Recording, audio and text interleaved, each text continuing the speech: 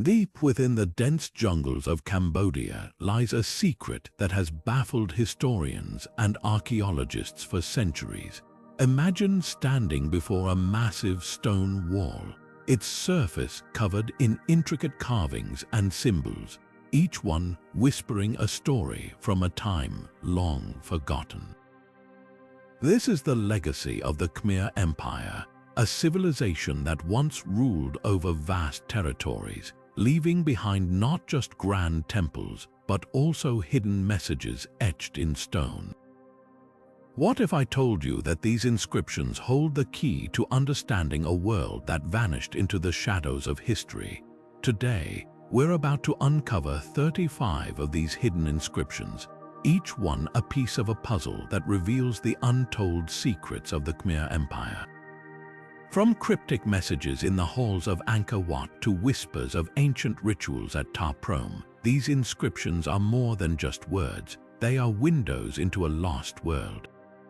So, are you ready to step into the past and decode the mysteries of a civilization that once thrived in the heart of Southeast Asia? Stay with us, because by the end of this journey, you'll see the Khmer Empire in a way you never have before. Let's begin. Now, let's turn our attention to the first of these hidden inscriptions, found within the walls of the iconic Angkor Wat. This sprawling temple complex, often hailed as one of the greatest architectural achievements of the ancient world, holds more than just breathtaking beauty. It guards secrets etched in stone. The inscription we're about to explore is no ordinary carving. It's a cryptic message, one that has puzzled scholars for generations. What does it say? And what does it reveal about the people who created it? The inscription, carved into a weathered sandstone block, is written in ancient Khmer script. At first glance, the symbols appear almost otherworldly, their curves and lines forming a language that feels both familiar and alien. Deciphering it has been no small feat. The ancient Khmer script is notoriously complex, with characters that can change meaning depending on their context. Add to that the wear and tear of centuries, and you have a puzzle that demands both patience and ingenuity to solve. So, what have experts uncovered so far? The inscription seems to reference a royal decree, possibly tied to the temple's construction or its spiritual significance. Some believe it outlines the duties of the temple's caretakers, while others suggest it might be a dedication to the gods, a plea for divine favor. The truth is, we're still piecing it together. But what's clear is that this inscription offers a rare glimpse into the minds of the Khmer people, their beliefs, their priorities, and their connection to the divine. The historical context adds another layer of intrigue. Angkor Wat was built during the reign of King Suryavarman II, a ruler who sought to immortalize his legacy in stone. The temple was not just a place of worship, but a symbol of the empire's power and unity. This inscription, then, might be more than just words. It could be a key to understanding how the Khmer Empire saw itself, how it sought to balance the spiritual and the earthly. Yet the challenges of deciphering this ancient script remind us how much we still have to learn. Each symbol is a clue, each line a story waiting to be told. And as we continue to unravel its meaning, we're reminded that the past is never truly silent. It speaks to us if only we know how to listen. With this first inscription, we've only just begun to scratch the surface. Next, we'll journey to the Bayon temple, where towering stone faces guard whispers of the empire's spiritual and political life. But for now, let this inscription serve as a reminder. The Khmer Empire's story is far from over. It's written in stone, waiting for us to uncover it, one symbol at a time. Now, as we leave the grandeur of Angkor Wat behind, our journey takes us to the enigmatic Bayon temple, a place where history seems to breathe through its towering stone faces. These serene, smiling visages, gazing out in every direction, are more than just architectural marvels. They are silent witnesses to a civilization's spiritual and political heartbeat. And hidden among these iconic faces are inscriptions that whisper secrets of the Khmer Empire's inner workings. The Bayon Temple, built during the reign of King Jayavarman VII, stands as a testament to the empire's shift toward Mahayana Buddhism. Unlike the Hindu-centric Angkor Wat, Bayon reflects a blending of spiritual traditions, a fusion that is echoed in its inscriptions. These carvings, etched into the temple's walls and pillars, offer a rare glimpse into the lives of those who walked these halls centuries ago. One of the most intriguing inscriptions found here speaks of the king's divine role as a protector of his people. It describes him not just as a ruler, but as a bodhisattva, a being dedicated to the enlightenment of all. This idea of kingship, intertwined with spiritual duty, reveals how deeply religion and politics were entwined in the Khmer Empire. The inscription also hints at the king's efforts to unify his kingdom, using both faith and governance to create a sense of shared purpose. But the Bayon inscriptions don't stop at royal proclamations. They also shed light on the everyday lives of the Khmer people. Some carvings detail the roles of temple workers, from priests to artisans, painting a vivid picture of a bustling spiritual hub. Others mention offerings made to the gods, listing everything from rice to precious gems, giving us a sense of the temple's economic and cultural significance. What makes these inscriptions particularly fascinating is their duality. On one hand, they celebrate the divine and the royal, elevating the king to near mythic status. On the other, they ground us in the realities of daily life, reminding us that even the grandest temples were built and maintained by ordinary people. This balance between the sacred and the mundane is a recurring theme in Khmer inscriptions, and Bayon is no exception. Yet, as with all ancient texts, there are mysteries that remain unsolved. Some inscriptions are fragmented, their meanings obscured by time and weathering. Others use symbolic language that resists easy interpretation. What, for instance, does it mean when an inscription refers to the king as the light of the world? Is it a metaphor for his wisdom, his power, or something more profound? These questions keep scholars digging deeper, reminding us that every discovery raises new questions. As we stand before the Bayon Temple's stone faces, it's hard not to feel a connection to the past. These inscriptions are more than just words, they are echoes of a civilization's hopes, fears, and dreams. They remind us that the Khmer Empire was not just a collection of temples and kings, but a living, breathing society with stories still waiting to be told. And with that, our journey continues. Next, we'll venture into the jungle-clad ruins of Ta Prohm, where nature and history intertwine in ways that are as mysterious as they are beautiful. But for now, let the murmurs of Bayon linger in your mind, a reminder that every stone has a story and every face a secret. Leaving the serene stone faces of Bayon behind, we now step into the embrace of nature itself, where the ruins of Ta Prohm rise like a forgotten dream. This temple, cloaked in the roots of ancient trees, feels almost alive, as if the jungle itself is guarding its secrets.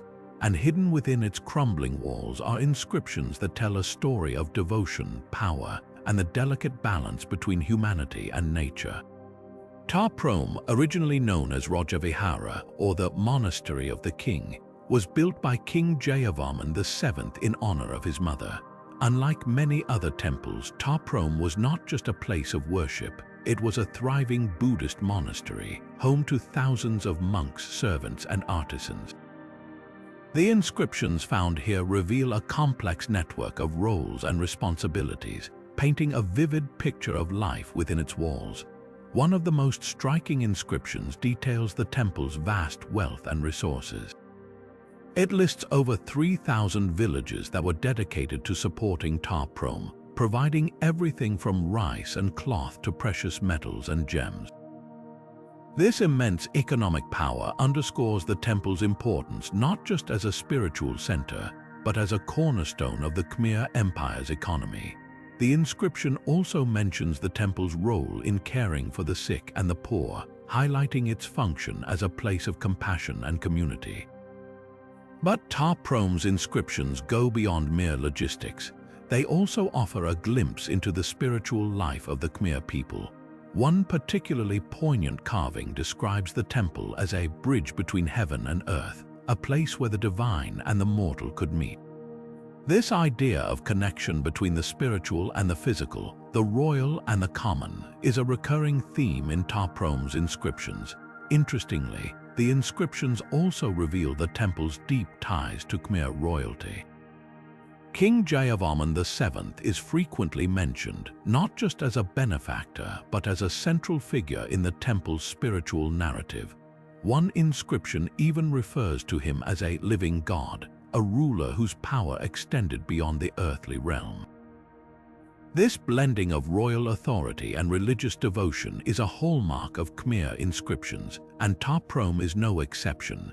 Yet, for all its grandeur, Ta Proham also reminds us of the impermanence of human endeavors. The jungle has reclaimed much of the temple, its roots weaving through stone like the threads of time itself. Some inscriptions are now obscured by moss and vines, their messages lost to the elements. This interplay between nature and architecture gives Ta Proham a haunting beauty, a reminder that even the mightiest empires are subject to the forces of time. As we walk through the temple's shadowed corridors, it's impossible not to feel a sense of awe. The inscriptions here are more than just historical records. They are windows into a world where faith, power, and nature were deeply intertwined. They tell us of a civilization that sought to build not just temples, but connections between the divine and the mortal, the past and the present. And with that, our journey takes us deeper into the heart of the Khmer Empire. Next, we'll explore the intricate carvings of Banteay Esrei, a temple often called the Citadel of Women, where artistry and spirituality converge in breathtaking detail.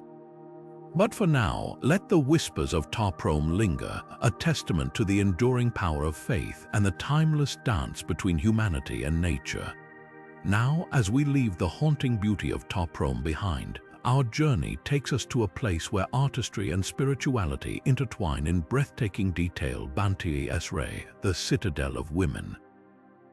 This temple, smaller in scale but unparalleled in craftsmanship, stands as a testament to the Khmer Empire's artistic genius. Its intricate carvings and inscriptions are so finely detailed that they seem almost otherworldly, as if chiseled by the hands of divine artisans rather than mortal ones. Banteay Esrei, built in the 10th century, is unique among Khmer temples. Unlike the grand, towering structures of Angkor or Bayon, this temple is compact, almost intimate in its design. Yet, what it lacks in size, it more than makes up for in artistry. The pink sandstone used in its construction lends the temple a warm, almost ethereal glow, especially in the soft light of dawn or dusk. The carvings here are nothing short of extraordinary. Every surface, from the lintels above doorways to the walls of its inner sanctuaries, is adorned with intricate designs. These include delicate floral patterns, scenes from Hindu mythology, and depictions of celestial beings. The level of detail is so precise that even the smallest figures seem to come alive, their expressions and gestures frozen in time. One of the most remarkable inscriptions at Banteay Esrei reveals the temple's dedication to the Hindu god Shiva. It describes the temple as a place of devotion and learning, where priests and scholars would gather to study sacred texts and perform rituals. This inscription also highlights the role of women in the temple's history, suggesting that it may have been a center for female scholars and artisans. This connection to women is one of the reasons Banteay Esrei is often referred to as the Citadel of Women, though the exact origins of this name remain a subject of debate among historians. The artistic significance of Banteay Esrei cannot be overstated. Its carvings are considered some of the finest examples of Khmer art, showcasing a level of skill and precision that was unmatched in its time.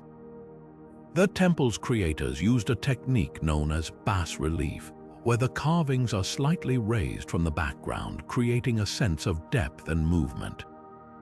This technique, combined with the temple's intricate designs, gives the carvings a lifelike quality that continues to captivate visitors to this day. But Banteay Esrae is more than just a masterpiece of art. It's also a window into the cultural and spiritual life of the Khmer Empire. The scenes depicted in its carvings offer insights into the myths and beliefs that shaped Khmer society. For example, one famous lintel shows the god Indra riding his three-headed elephant, Airavata, a symbol of power and protection. Another depicts the demon king Ravana shaking Mount Kailash, a story that illustrates the struggle between good and evil. As we explore Banteay Esrae, it's impossible not to marvel at the skill and dedication of its creators. This temple is a reminder that art is not just about beauty, it's about storytelling, about capturing the essence of a culture and preserving it for future generations. The whispers of Banteay Esrae, carried on the wind through its delicate carvings, speak of a time when art and spirituality were inseparable, when every chiseled stroke was an act of devotion. And with that, our journey continues. Next, we'll venture into the sprawling complex of Pre Khon, a temple that served as a hub for education, religion, and royal power. But for now, let the artistry of Banteay Esrae linger in your mind, a testament to the enduring legacy of Khmer creativity and the timeless beauty of human expression. As we step away from the delicate artistry of Banteay Esrae, our journey now takes us into the heart of a temple that was once a bustling center of knowledge and spirituality, Pre Khon. This sprawling complex, built in the 12th century by King Jayavarman VII, was far more than just a place of worship. It was a vibrant hub where education, religion, and royal power converged, leaving behind inscriptions that offer a fascinating glimpse into the intellectual and daily life of the Khmer Empire. Pre Khon, whose name translates to sacred sword, was not only a temple but also a city within a city. Its vast grounds housed libraries, classrooms, and even living quarters for scholars and priests. The inscriptions found here reveal that this was a place where the pursuit of knowledge was deeply intertwined with spiritual devotion. One particularly significant inscription describes the temple as a center for learning, where students studied subjects ranging from astronomy and mathematics to philosophy and religious texts. The inscriptions also shed light on the daily lives of those who lived and worked within Pre Khon's walls. They mention the roles of teachers, scribes, and artisans, highlighting the temple's importance as a cultural and educational institution.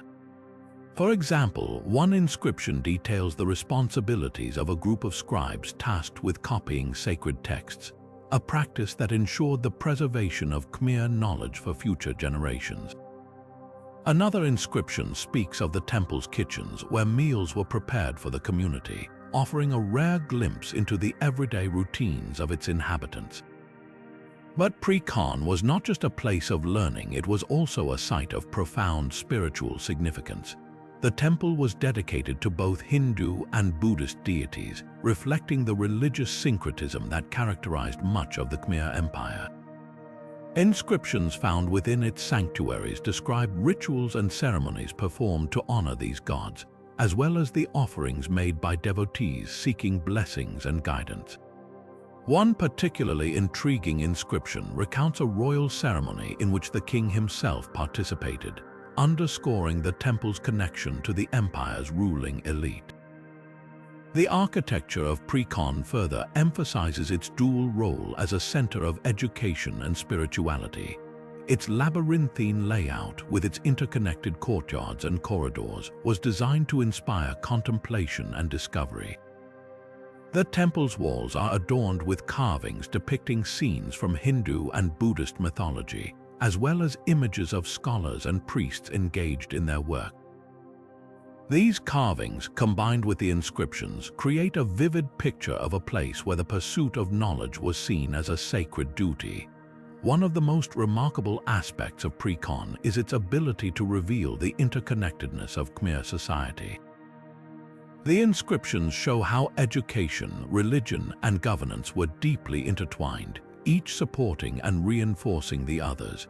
They also highlight the role of the temple as a microcosm of the empire itself, a place where the spiritual and the intellectual coexisted in harmony. As we explore pre-Khan, it's impossible not to be struck by the sheer scale of its ambition. This was a temple that sought not only to honor the gods, but also to elevate the minds and spirits of those who walked its halls. The whispers of its inscriptions remind us that the Khmer Empire was not just a civilization of grand monuments and powerful rulers. It was also a society that valued learning, creativity, and the pursuit of wisdom.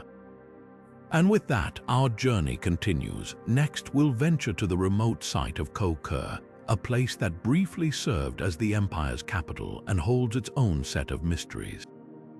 But for now, let the echoes of pre-Khan scholars and priests linger in your thoughts, a testament to the enduring legacy of Khmer knowledge and the timeless quest for understanding. Now, as we leave behind the scholarly echoes of pre-Khan, our path leads us to a place shrouded in both mystery and ambition, Khmer. This remote site, nestled deep in the jungles of Cambodia, holds a unique place in the history of the Khmer Empire. For a brief but significant period in the 10th century, Khmer served as the empire's capital, a decision that would leave an indelible mark on its political and cultural landscape. The inscriptions found here offer a rare window into a time of dramatic change, revealing the shifting power dynamics that shaped the empire's destiny. Khmer's rise to prominence was no accident. It was chosen as the capital by King Jayavarman IV, a ruler whose reign marked a bold departure from tradition. Unlike his predecessors who had centered their power around Angkor, Jayavarman IV sought to establish a new seat of authority, one that reflected his vision of a reinvigorated empire. The inscriptions at Khmer tell the story of this ambitious move, detailing the king's efforts to build a grand new capital from the ground up. They speak of massive construction projects, including the towering Prasat Tom Temple, which still stands as a testament to his determination. But what makes Khmer truly fascinating is what its inscriptions reveal about the empire's internal struggles. The decision to move the capital was not without controversy. Some inscriptions hint at resistance from the old elite, who were reluctant to abandon the established power center of Angkor. Others suggest that Jayavarman IV's reign was marked by a desire to consolidate his authority, using Khmer as a symbol of his independence and strength. These texts provide a glimpse into the political maneuvering that defined this period, showing how the empire's leaders navigated the delicate balance between tradition and innovation. The inscriptions also shed light on the religious and cultural shifts that accompanied this move. Khmer was not just a political capital, it was also a spiritual one. The temples built here were dedicated to a new form of state religion, one that emphasized the king's divine connection to the gods. Inscriptions found at Prasat Tom describe elaborate rituals performed to honor the king as a living deity, a practice that reinforced his authority and legitimized his rule. This blending of religion and politics was a hallmark of the Khmer Empire, and Khmer's inscriptions show how it evolved during this pivotal time. Yet Khmer's glory was short-lived. After the death of Jayavarman IV, the capital was moved back to Angkor, and Khmer gradually faded into obscurity. The reasons for this shift remain a subject of debate among historians. Some inscriptions suggest that the site's remote location made it difficult to sustain as a capital, while others point to the challenges of maintaining control over such a vast and diverse empire. Whatever the cause, Khmer's decline marked the end of an era, leaving behind a legacy of ambition and intrigue. Today, the inscriptions at Khmer continue to captivate scholars and visitors alike. They tell the story of a king who dared to dream big, of a capital that rose and fell within a single generation, and of an empire constantly reinventing itself. They remind us that the Khmer Empire was not a static entity but a dynamic civilization, shaped by the ambitions and struggles of its rulers. As we prepare to move on from Khmer, let's carry with us the lessons of this remarkable site. It stands as a testament to the power of vision and the complexities of leadership, offering insights that resonate far beyond the jungles of Cambodia. And now our journey takes us to Phnom Bakheng, a temple mountain that offers not only breathtaking views but also a deeper understanding of Khmer cosmology and astronomy. But for now, let the mysteries of Khmer linger, a reminder of the empire's ever-shifting tides of power and ambition. As we ascend from the enigmatic ruins of Khmer, our journey now takes us to the heights of Phnom Bakheng, a temple mountain that not only offers breathtaking views of Angkor, but also holds inscriptions that unlock the secrets of Khmer cosmology and astronomy. Perched atop a natural hill, Phnom Bakheng stands as a testament to the Khmer Empire's profound connection to the heavens, blending spiritual devotion with a sophisticated understanding of the cosmos. The inscriptions at Phnom Bakheng reveal a world where architecture and astronomy were intricately intertwined. Built during the reign of King Yasovarman I in the late 9th century, this temple was designed as a symbolic representation of Mount Meru, the sacred mountain at the center of the universe in Hindu and Buddhist cosmology. The inscriptions detail how the temple's five-tiered structure mirrors the five peaks of Mount Meru, creating a physical link between the earthly realm and the divine. But Phnom Bakheng's significance goes beyond its architectural symbolism. The inscriptions also highlight its role as an astronomical observatory. The temple's alignment with the cardinal directions and its precise positioning allowed the Khmer to track celestial events with remarkable accuracy. Inscriptions found at the site describe rituals tied to the movements of the sun, moon, and stars, suggesting that Phnom Bakheng was not just a place of worship but also a center for scientific observation. One of the most intriguing aspects of these inscriptions is their reference to the equinoxes. During these celestial events, the temple's design creates a stunning visual effect, with the sun appearing to align perfectly with its central tower. This phenomenon, described in the inscriptions, was likely used to mark the changing seasons and guide agricultural practices, underscoring the practical applications of Khmer astronomy. The inscriptions also shed light on the spiritual significance of these celestial observations. They describe how the Khmer believed that the movements of the stars and planets were manifestations of divine will, with each celestial event carrying profound religious meaning. Rituals performed at Phnom Bakheng were designed to honor these cosmic forces, ensuring harmony between the heavens and the earth. Yet, Phnom Bakheng's inscriptions are not just about the past. They also offer insights into the Khmer Empire's enduring legacy. The temple's design and astronomical precision influenced later structures, including the iconic Angkor Wat.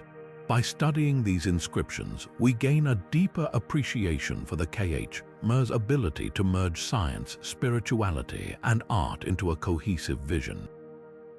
As we stand atop Phnom Bakheng, gazing out over the sprawling landscape of Angkor, it's impossible not to feel a sense of awe. The inscriptions here remind us that the Khmer Empire was not only a master of earthly power, but also a civilization deeply attuned to the rhythms of the universe. And now, as we prepare to descend from this celestial vantage point, our path leads us to Pre Rup, a temple that holds its own mysteries, particularly those tied to Khmer funerary practices. But for now, let the stars above Phnom Bakheng guide our thoughts, a reminder of the empire's timeless connection to the cosmos. Leaving the celestial heights of Phnom Bakheng behind, we now descend into the realm of the sacred and the Soma, arriving at Pre Rup, a temple steeped in the mysteries of Khmer funerary practices. Known as the turning of the body, Pre Rup stands as a monumental testament to the empire's rituals surrounding death and the afterlife.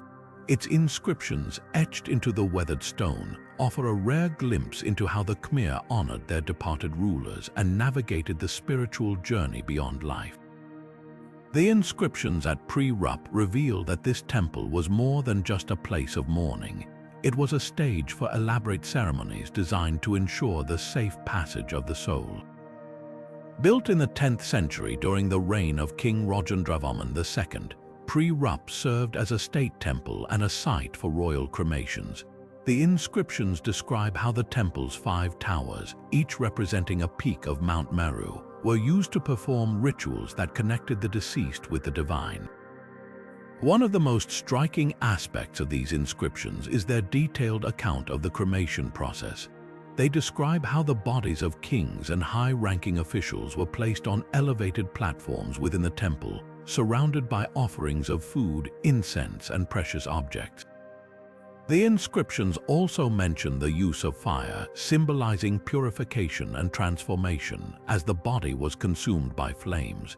This act was believed to release the soul from its earthly ties, allowing it to ascend to the heavens.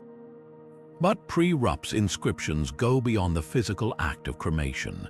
They delve into the spiritual beliefs that underpin these practices.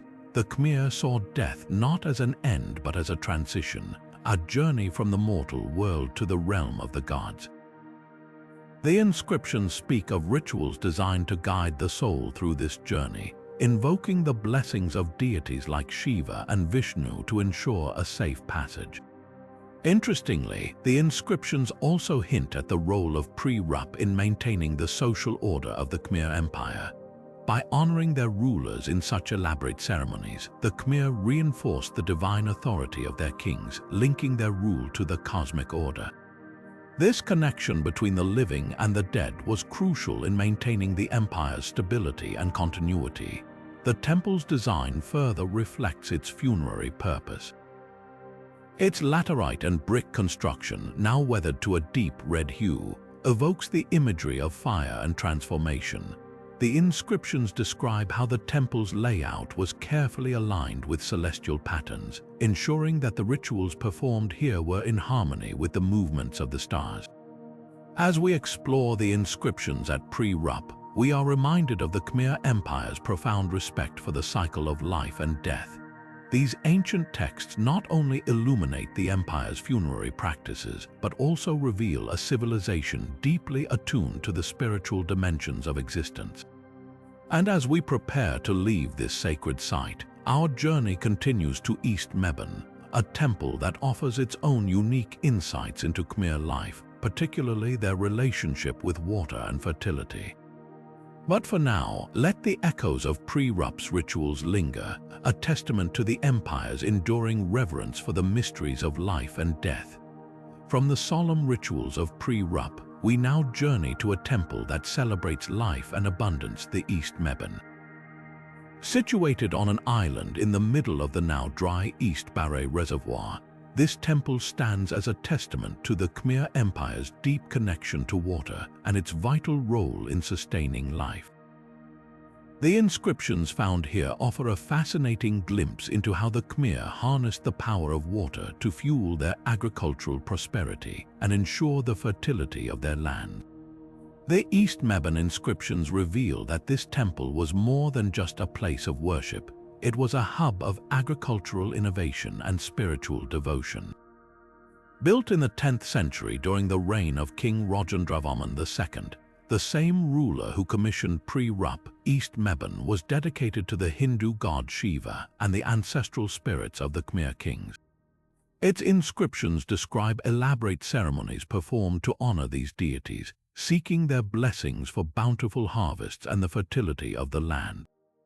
One of the most intriguing aspects of these inscriptions is their detailed account of the Khmer's sophisticated water management systems. The temple's location on an artificial island within the East Baray, a massive reservoir, highlights the empire's mastery of hydraulic engineering. The inscriptions mention how the Khmer used a network of canals, dikes, and reservoirs to control the flow of water, ensuring that their rice fields remained irrigated even during the dry season. This system not only supported agriculture but also symbolized the life-giving power of water, which was central to Khmer cosmology. The inscriptions also shed light on the rituals performed at East Mebane to ensure the fertility of the land. They describe how offerings of rice, flowers, and water were made to the gods, accompanied by prayers for rain and abundant crops. These ceremonies were often led by the king himself, reinforcing his role as the intermediary between the divine and the earthly realms. The inscriptions even mention the use of sacred water collected from the reservoir to bless the fields and ensure their productivity. But East Meben's inscriptions go beyond the practical aspects of agriculture. They delve into the spiritual beliefs that underpin the Khmer's relationship with water and fertility. The Khmer saw water as a sacred element, a gift from the gods that sustained life and connected the physical world to the spiritual realm. The inscriptions speak of rituals designed to honor the spirits of the water, ensuring their favor and protection. This deep reverence for water is reflected in the temple's design, with its intricate carvings of aquatic creatures and scenes of abundance. Interestingly, the inscriptions also hint at the social and political significance of East Meben. By controlling water resources and ensuring agricultural success, the Khmer kings solidified their power and legitimacy. The temple's inscriptions emphasize the king's role as the protector of the land and its people, linking his rule to the prosperity of the empire. This connection between water, fertility, and royal authority was crucial in maintaining the stability and continuity of the Khmer Empire. As we explore the inscriptions at East Meben, we are reminded of the Khmer Empire's ingenuity and their profound respect for the natural world. These ancient texts not only illuminate the empire's agricultural practices, but also reveal a civilization deeply attuned to the rhythms of nature and the spiritual forces that shaped their lives. And as we prepare to leave this temple of abundance, our journey continues to Neak Pean, a unique island temple that offers its own insights into Khmer healing rituals and mythology. But for now, let the echoes of East Meben's life-giving waters linger, a testament to the empire's enduring legacy of harmony with the natural world.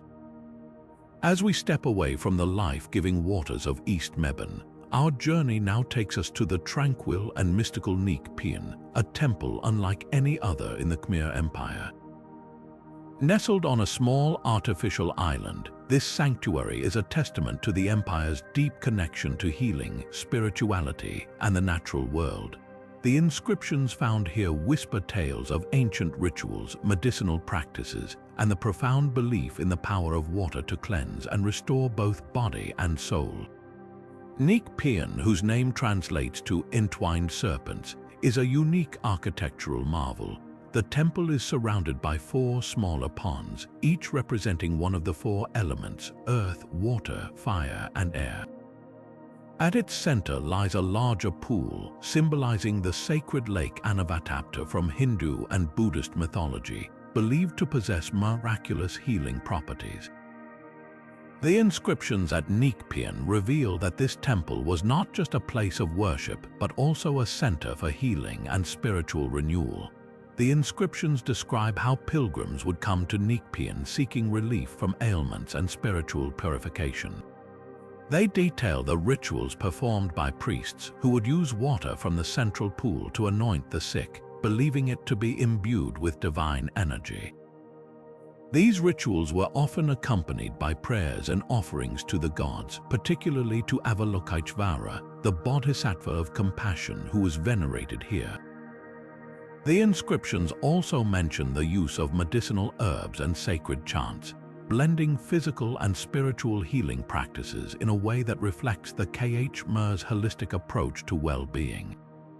One of the most fascinating aspects of Neak Pean's inscriptions is their connection to Khmer mythology. They recount the story of the mythical lake Anavatapta, said to be located at the center of the universe. According to legend, the waters of this lake could cure any illness and purify the soul.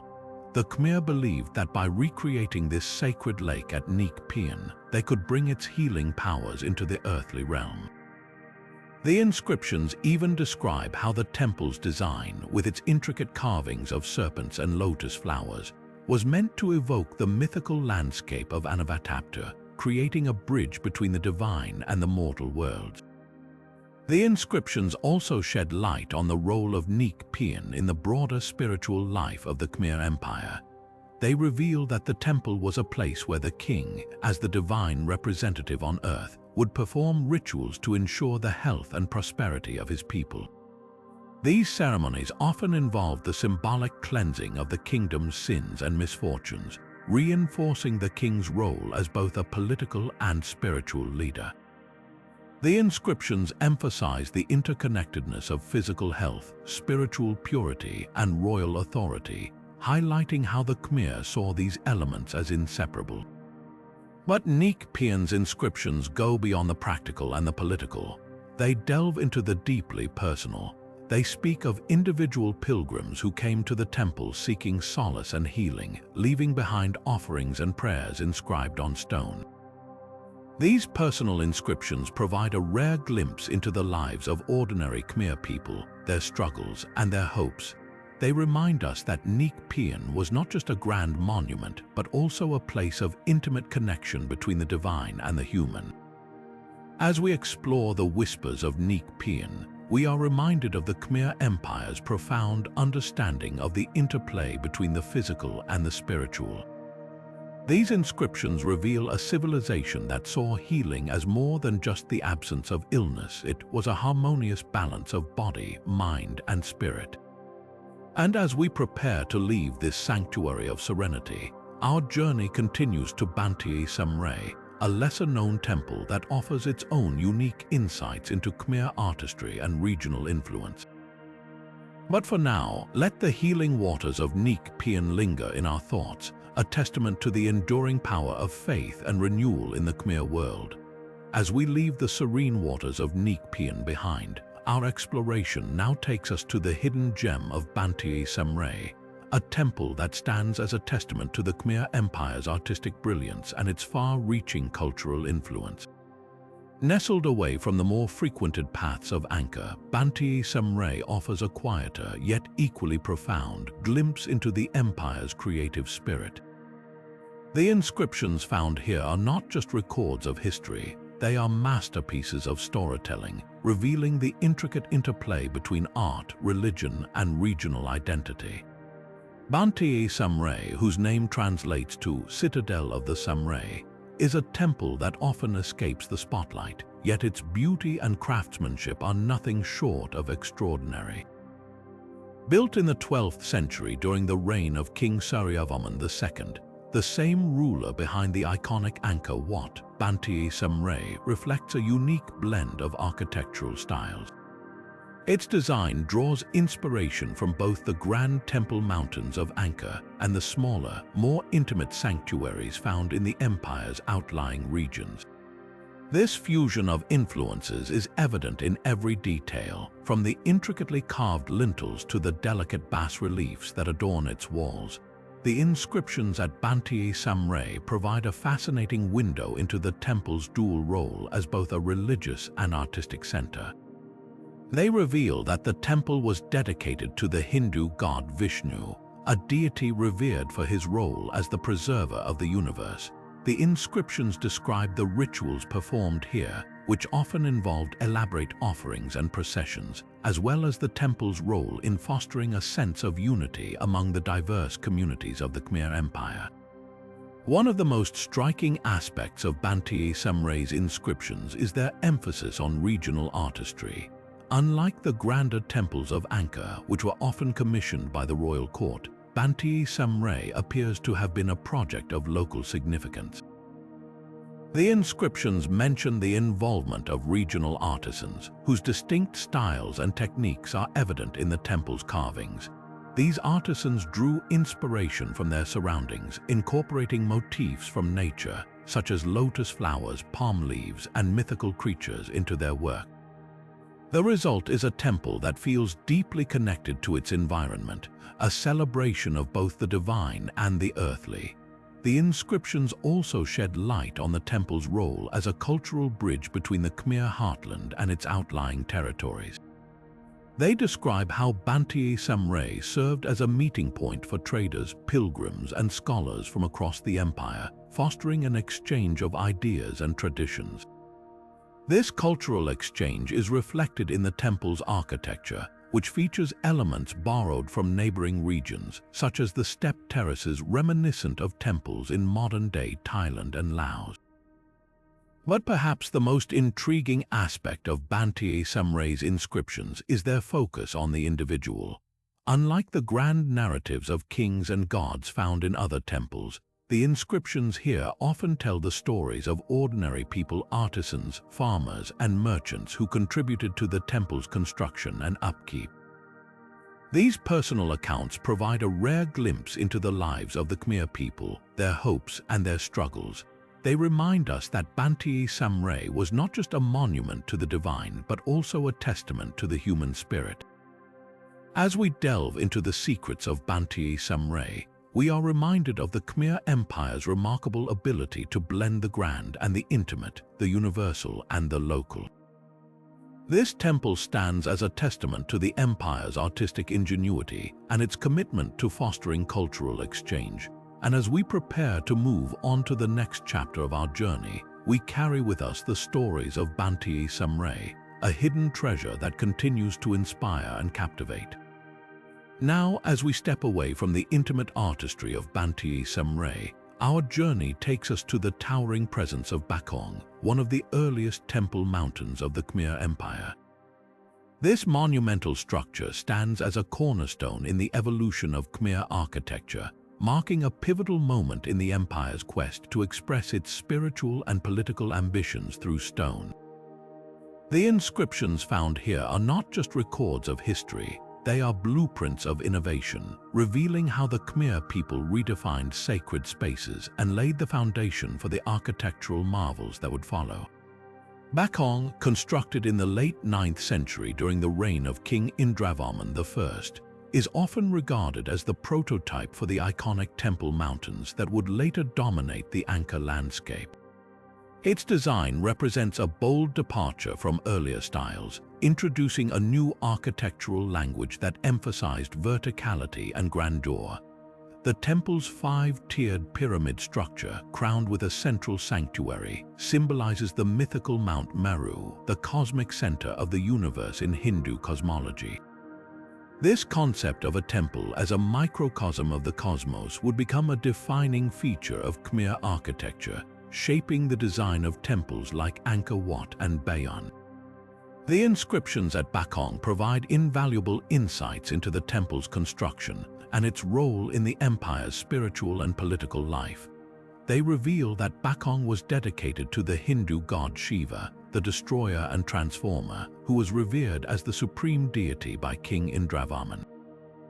The inscriptions describe the elaborate rituals performed here, including the consecration of the temple and the installation of sacred statues, which were believed to channel divine energy into the earthly realm. These rituals were not just acts of devotion, they were also powerful statements of royal authority, reinforcing the king's role as the intermediary between the gods and his people.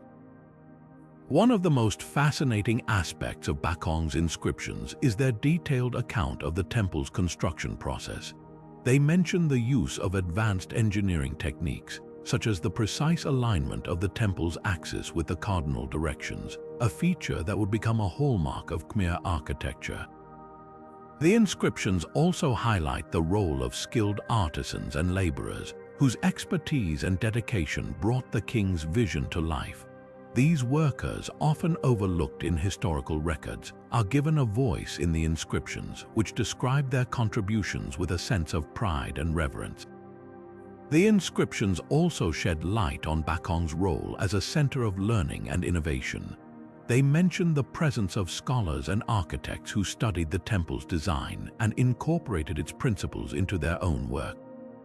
This exchange of knowledge and ideas helped to spread the Temple Mountain concept across the empire, influencing the construction of later temples and contributing to the Khmer Empire's architectural legacy. But perhaps the most striking aspect of Bayon's inscriptions is their emphasis on continuity and change. They reveal how the temple's design evolved over time, with later rulers adding their own touches to the structure while preserving its core elements.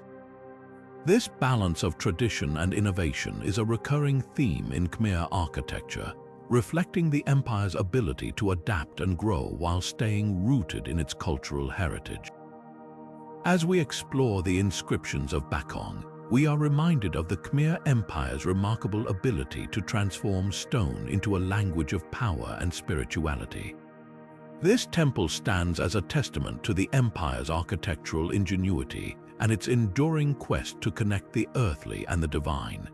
And as we prepare to move forward in our journey, we carry with us the lessons of Bayon, a monument that continues to inspire awe and admiration centuries after its creation. Now, as we leave the towering grandeur of Bayon behind, our journey brings us to the serene and sacred grounds of Lolai, a temple that stands as a testament to the Khmer Empire's deep reverence for its ancestors. Nestled within the Rolluo's group of temples, Lolai was constructed in the late 9th century by King Yasovarman I, the founder of the city of Yasadharapura, which would later become the heart of the Angkor Empire. Unlike the imposing temple mountains we've explored so far, Lolai carries a more intimate and reflective energy, serving as a spiritual bridge between the living and the departed. The inscriptions at Lolai are among the most revealing when it comes to understanding the Khmer Empire's complex system of lineage and succession.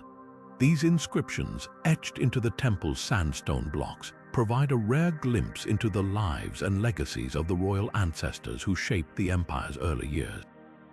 They tell us that Lolai was dedicated to the memory of King Yasovarman's parents, King Indravarman I and Queen Indradvi, as well as his maternal grandparents. This act of devotion was not merely personal, it was a powerful political statement, reinforcing the king's divine right to rule by honoring his direct connection to the gods through his ancestors. One of the most striking aspects of Lolai's inscriptions is their emphasis on continuity. They describe the rituals performed at the temple, which were designed to ensure the ancestors' blessings and protection for the kingdom. These rituals included offerings of food, flowers, and incense, as well as the recitation of sacred texts. The inscriptions also mention the installation of statues representing the ancestors, which were believed to house their spirits and serve as conduits for their divine influence.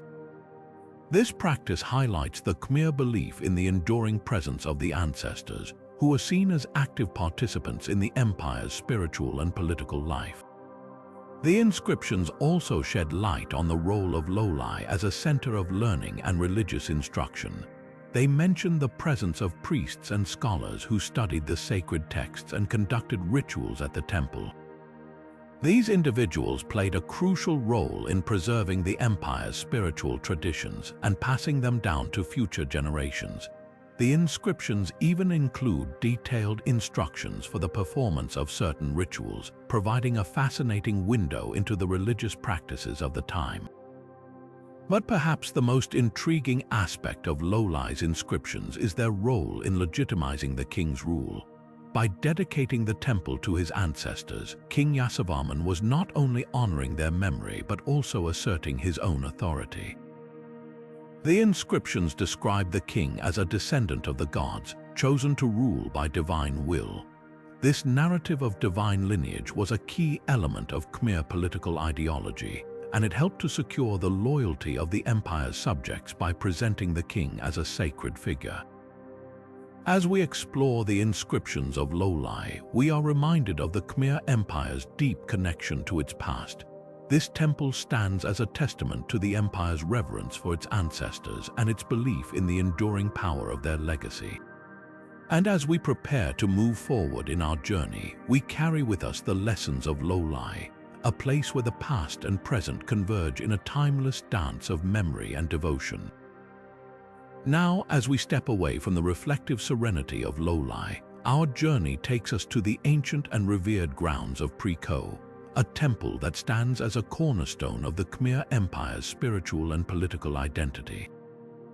Built in the late 9th century by King Indravarman I, Preco, which translates to Sacred Bull, is one of the earliest temples in the Rolluo's group and serves as a profound tribute to the ancestors of the Khmer kings. This temple, with its 6 striking brick towers, is not just an architectural marvel, but also a repository of inscriptions that offer invaluable insights into the empire's founding myths and the divine origins of its rulers. The inscriptions at Pre-Ko are deeply intertwined with the Khmer Empire's origin stories, weaving together history, mythology, and spirituality.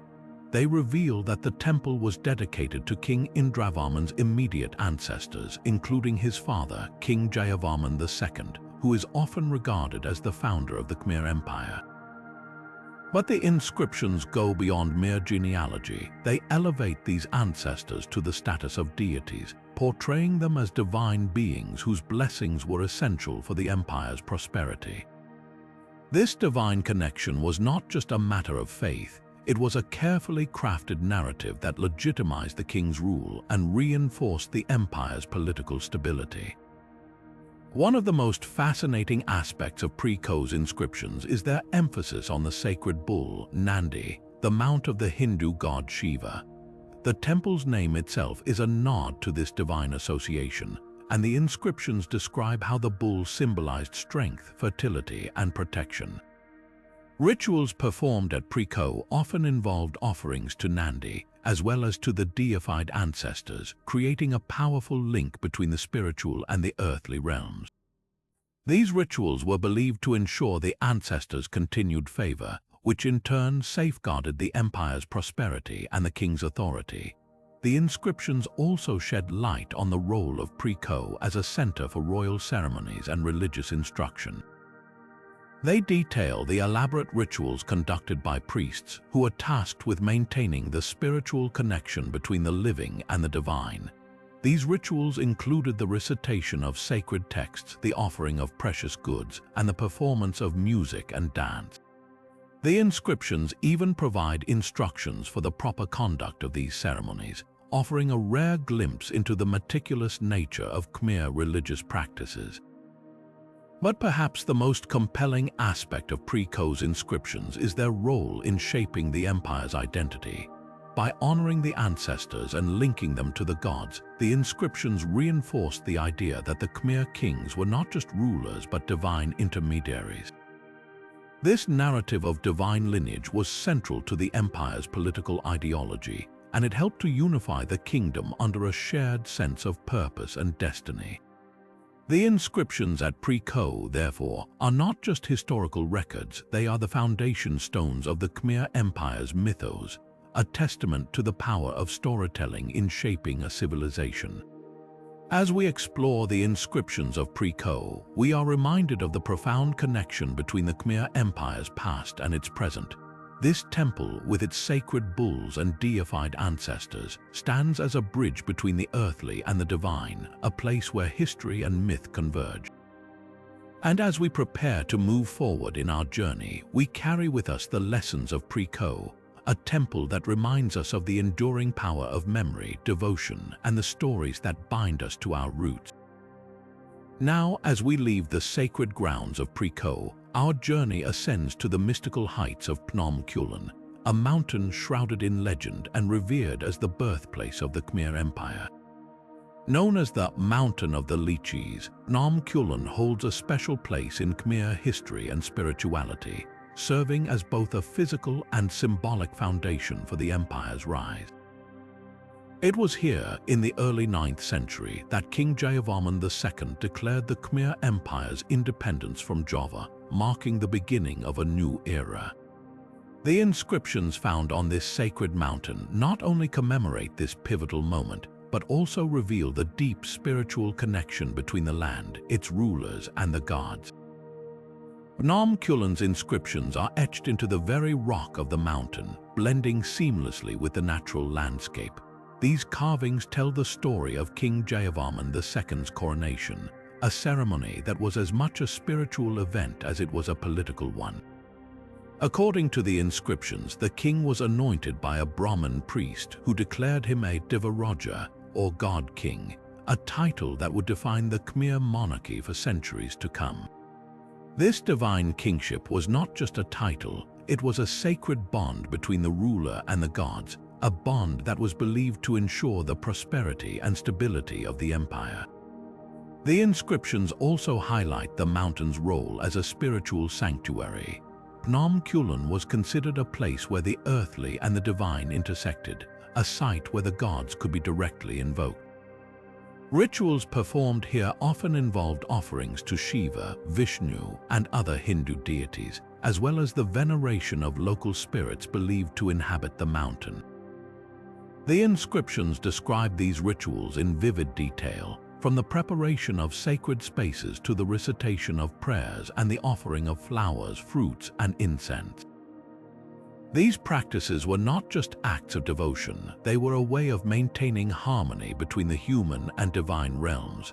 One of the most striking features of Phnom Kulon's inscriptions is their emphasis on water. The mountain is the source of the Siem Reap River, which flows down to the plains below, nourishing the land and sustaining the empire.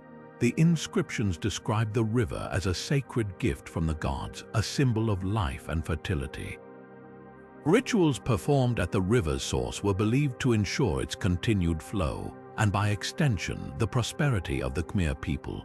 This connection between water, spirituality, and survival is a recurring theme in Khmer culture, and it finds its most profound expression in the inscriptions of Phnom Kulon. But the mountain's significance extends beyond its spiritual role. The inscriptions also provide valuable insights into the early days of the Khmer Empire, shedding light on the political and social structures that would shape its future. They reveal how King Jayavarman II consolidated power, forging alliances with local chiefs and establishing a centralized state. The inscriptions even mention the construction of temples and infrastructure, offering a glimpse into the empire's early architectural achievements. These details not only enrich our understanding of Khmer history, but also underscore the importance of Phnom Kulon as a site of both spiritual and political transformation. As we explore the inscriptions of Phnom Kulon, we are reminded of the mountain's dual role as a cradle of civilization and a bridge to the divine. This sacred site, with its towering peaks and flowing waters, stands as a testament to the Khmer Empire's enduring legacy. And as we prepare to descend from its heights, we carry with us the lessons of Phnom Kulon, a place where history and spirituality converge, reminding us of the profound connections between land, people, and the divine. As we step away from the sacred heights of Phnom Kulon, our journey now takes us deep into the heart of the jungle, where the sprawling ruins of Beng Melia await. This temple, often referred to as the Jungle Temple, stands as a hauntingly beautiful testament to the Khmer Empire's architectural ambition and its eventual decline. Unlike the meticulously restored temples of Angkor, Beng Melia remains largely untouched, its stone structures entwined with the roots of towering trees and draped in thick foliage. It is here, amidst this wild and untamed landscape, that we find inscriptions that offer a unique window into the empire's later years, a time of both grandeur and vulnerability. The inscriptions at Beng Melia are scattered throughout the temple complex, carved into doorways, lintels, and pedestals. Unlike the earlier inscriptions we've explored, which often celebrate the empire's rise and divine connections, these carvings tell a more complex story. They speak of a kingdom in transition, grappling with the challenges of maintaining its vast territories and the shifting tides of power.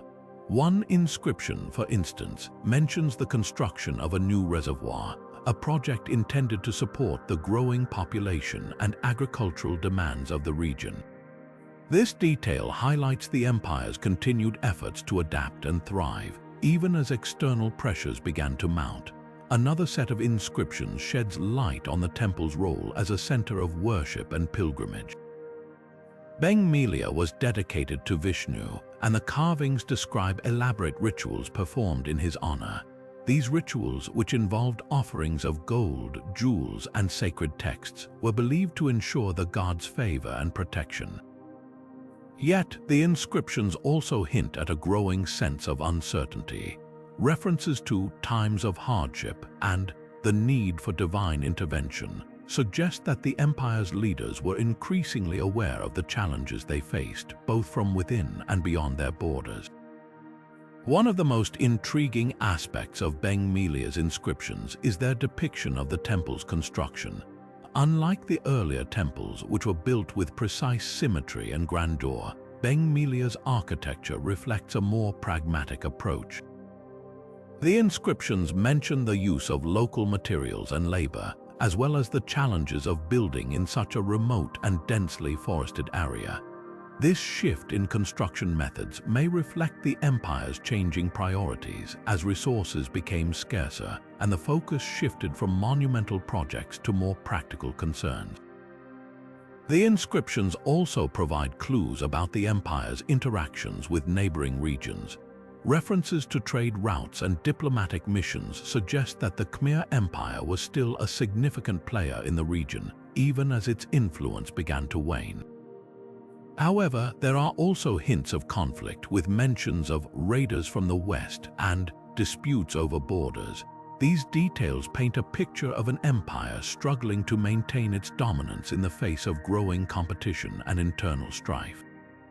As we wander through the ruins of Bengmilia, it's impossible not to feel a sense of awe and melancholy. This temple, once a vibrant center of worship and community, now stands as a silent witness to the empire's decline. Yet, the inscriptions remind us that even in its twilight years, the Khmer Empire was a force to be reckoned with, a civilization that continued to innovate, adapt, and strive for greatness, even as the jungle began to reclaim its monuments. With the mysteries of Bengmilia still echoing in our minds, we now turn our attention to the remote temple of Banteay Chh Ma, where the inscriptions reveal yet another chapter in the Khmer Empire's storied history. Leaving the haunting beauty of Bengmilia behind, we now journey to the remote and enigmatic temple of Banteay Chh Ma. Nestled near the Cambodian-Thai border, this sprawling complex is a treasure trove of history, its walls adorned with some of the most intricate bas-reliefs in the Khmer Empire. But beyond its artistic splendor, Banteay Chh Ma holds inscriptions that whisper tales of a different kind, stories of warfare, strategy, and the empire's military might. The inscriptions at Banteay Chh Ma are unlike any we've encountered so far. While many temples focus on spiritual or royal narratives, these carvings dive into the gritty realities of Khmer military life. One particularly striking inscription describes a massive battle fought against a neighboring kingdom. It details the deployment of war elephants, the use of advanced siege weapons, and the strategic brilliance of the Khmer generals. This account not only highlights the empire's military prowess, but also offers a rare glimpse into the tactics and technologies that made the Khmer army one of the most formidable forces of its time. Another set of inscriptions sheds light on the role of Banteay Chh Ma as a military stronghold. The temple was not just a place of worship, but also a strategic outpost guarding the empire's western frontier. The carvings mention the presence of garrisons and the construction of defensive walls, underscoring the temple's dual purpose as both a spiritual and military center.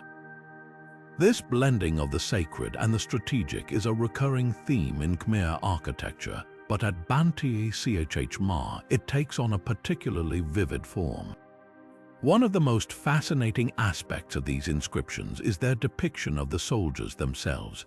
Unlike the idealized figures we often see in royal carvings, the warriors at Banteay Chh Ma are portrayed with remarkable realism.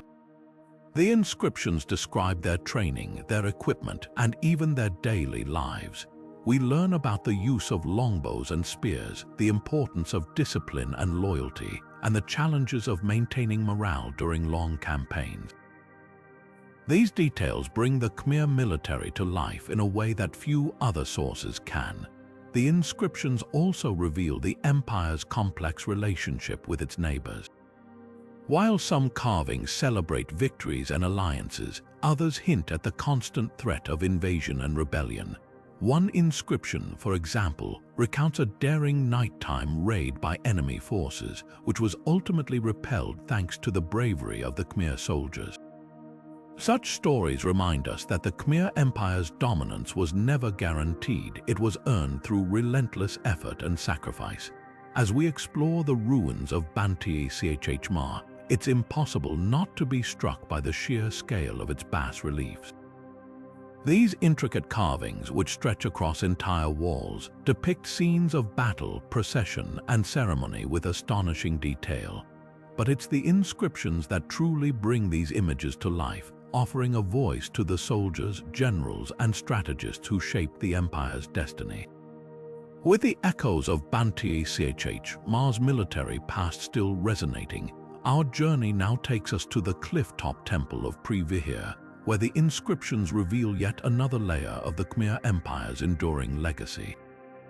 Rising high above the dense jungles of the Cambodian-Thai border, the Temple of Pre Vihir stands as a testament to the Khmer Empire's ambition and spiritual devotion. Perched dramatically on a cliff, this temple offers not only breathtaking views but also a wealth of inscriptions that reveal the empire's dual focus on territorial control and religious significance. The inscriptions at Pre Vihir are deeply tied to the temple's strategic location. Positioned on a natural promontory, the site served as both a spiritual sanctuary and a military vantage point. One inscription describes the temple as a gateway to the heavens, emphasizing its role as a sacred space dedicated to the Hindu god Shiva.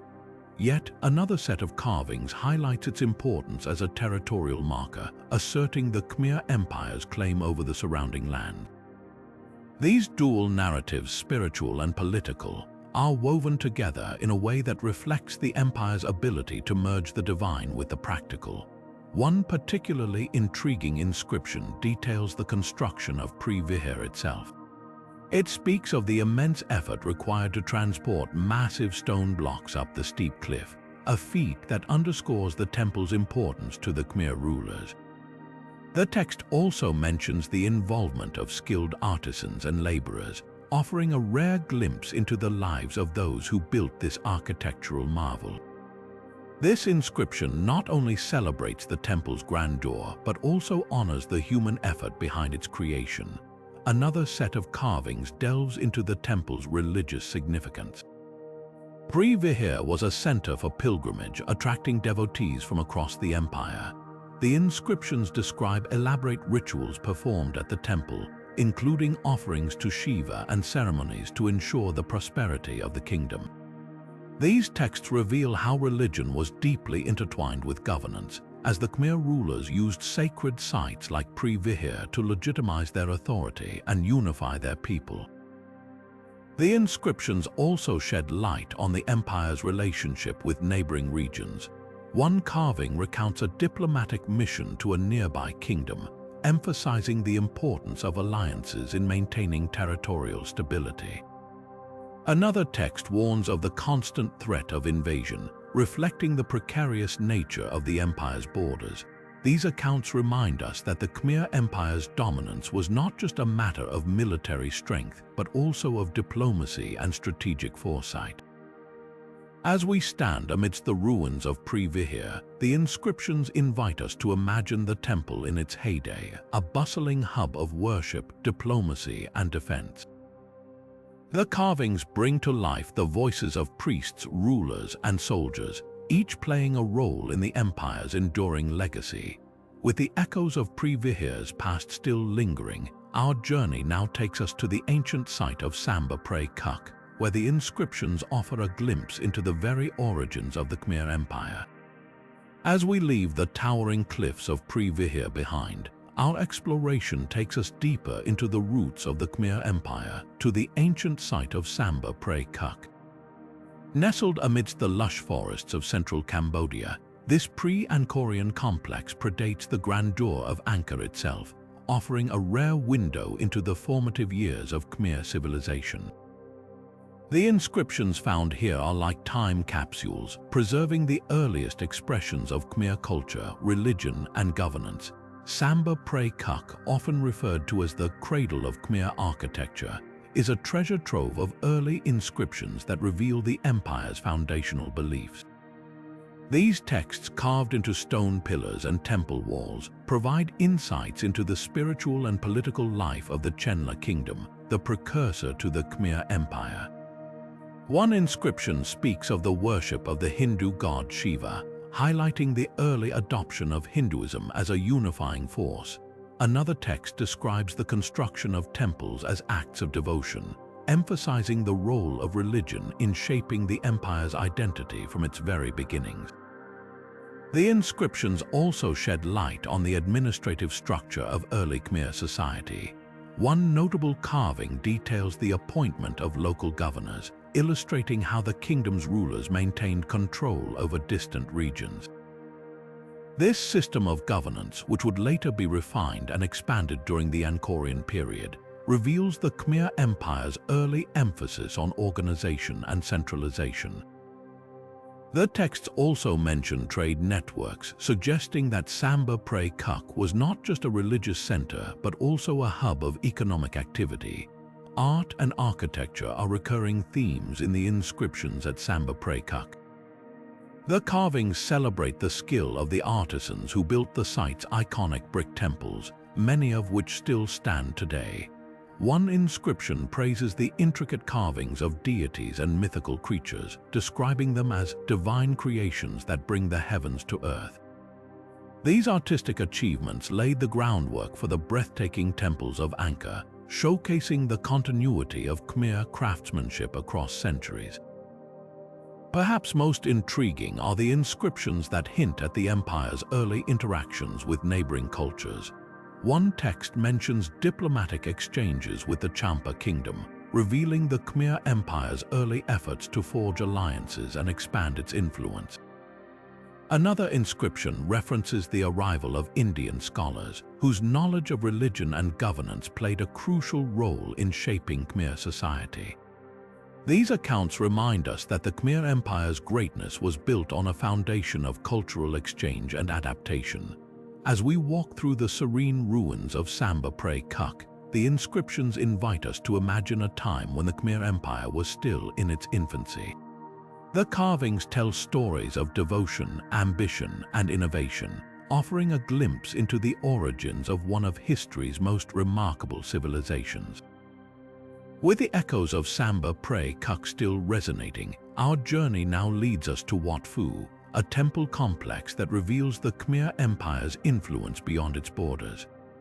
As we step beyond the heart of the Khmer Empire, our journey takes us to Wat Pho, a temple complex nestled in the rugged landscapes of modern-day Laos. This site, though geographically distant from Angkor, stands as a testament to the far-reaching influence of the Khmer Empire. The inscriptions found here are not just relics of the past. They are windows into how the empire extended its cultural, religious, and political reach beyond its core territories. Wat Pho, a UNESCO World Heritage Site, is a stunning example of Khmer architecture and spirituality. The inscriptions carved into its stone walls and pillars reveal a fascinating blend of Hindu and Buddhist traditions, reflecting the empire's ability to adapt and integrate diverse beliefs. One inscription, for instance, describes the temple as a place of worship dedicated to the Hindu god Shiva, while another speaks of its later transformation into a Buddhist sanctuary. This duality highlights the Khmer Empire's capacity to evolve and embrace new ideas, even as it maintained its foundational identity. The inscriptions at Wat Pho also provide valuable insights into the empire's administrative and economic systems. One text details the allocation of resources for the temple's construction, showcasing the empire's ability to mobilize labor and materials across vast distances. Another inscription mentions the role of local elites in overseeing the temple's operations, illustrating how the Khmer rulers delegated authority to maintain control over distant regions. These records underscore the empire's sophisticated governance, which allowed it to thrive across a sprawling and diverse territory. Perhaps most intriguing are the inscriptions that reveal the cultural exchanges between the Khmer Empire and neighboring regions. One text mentions the presence of artisans from the Champa kingdom, who contributed to the temple's intricate carvings.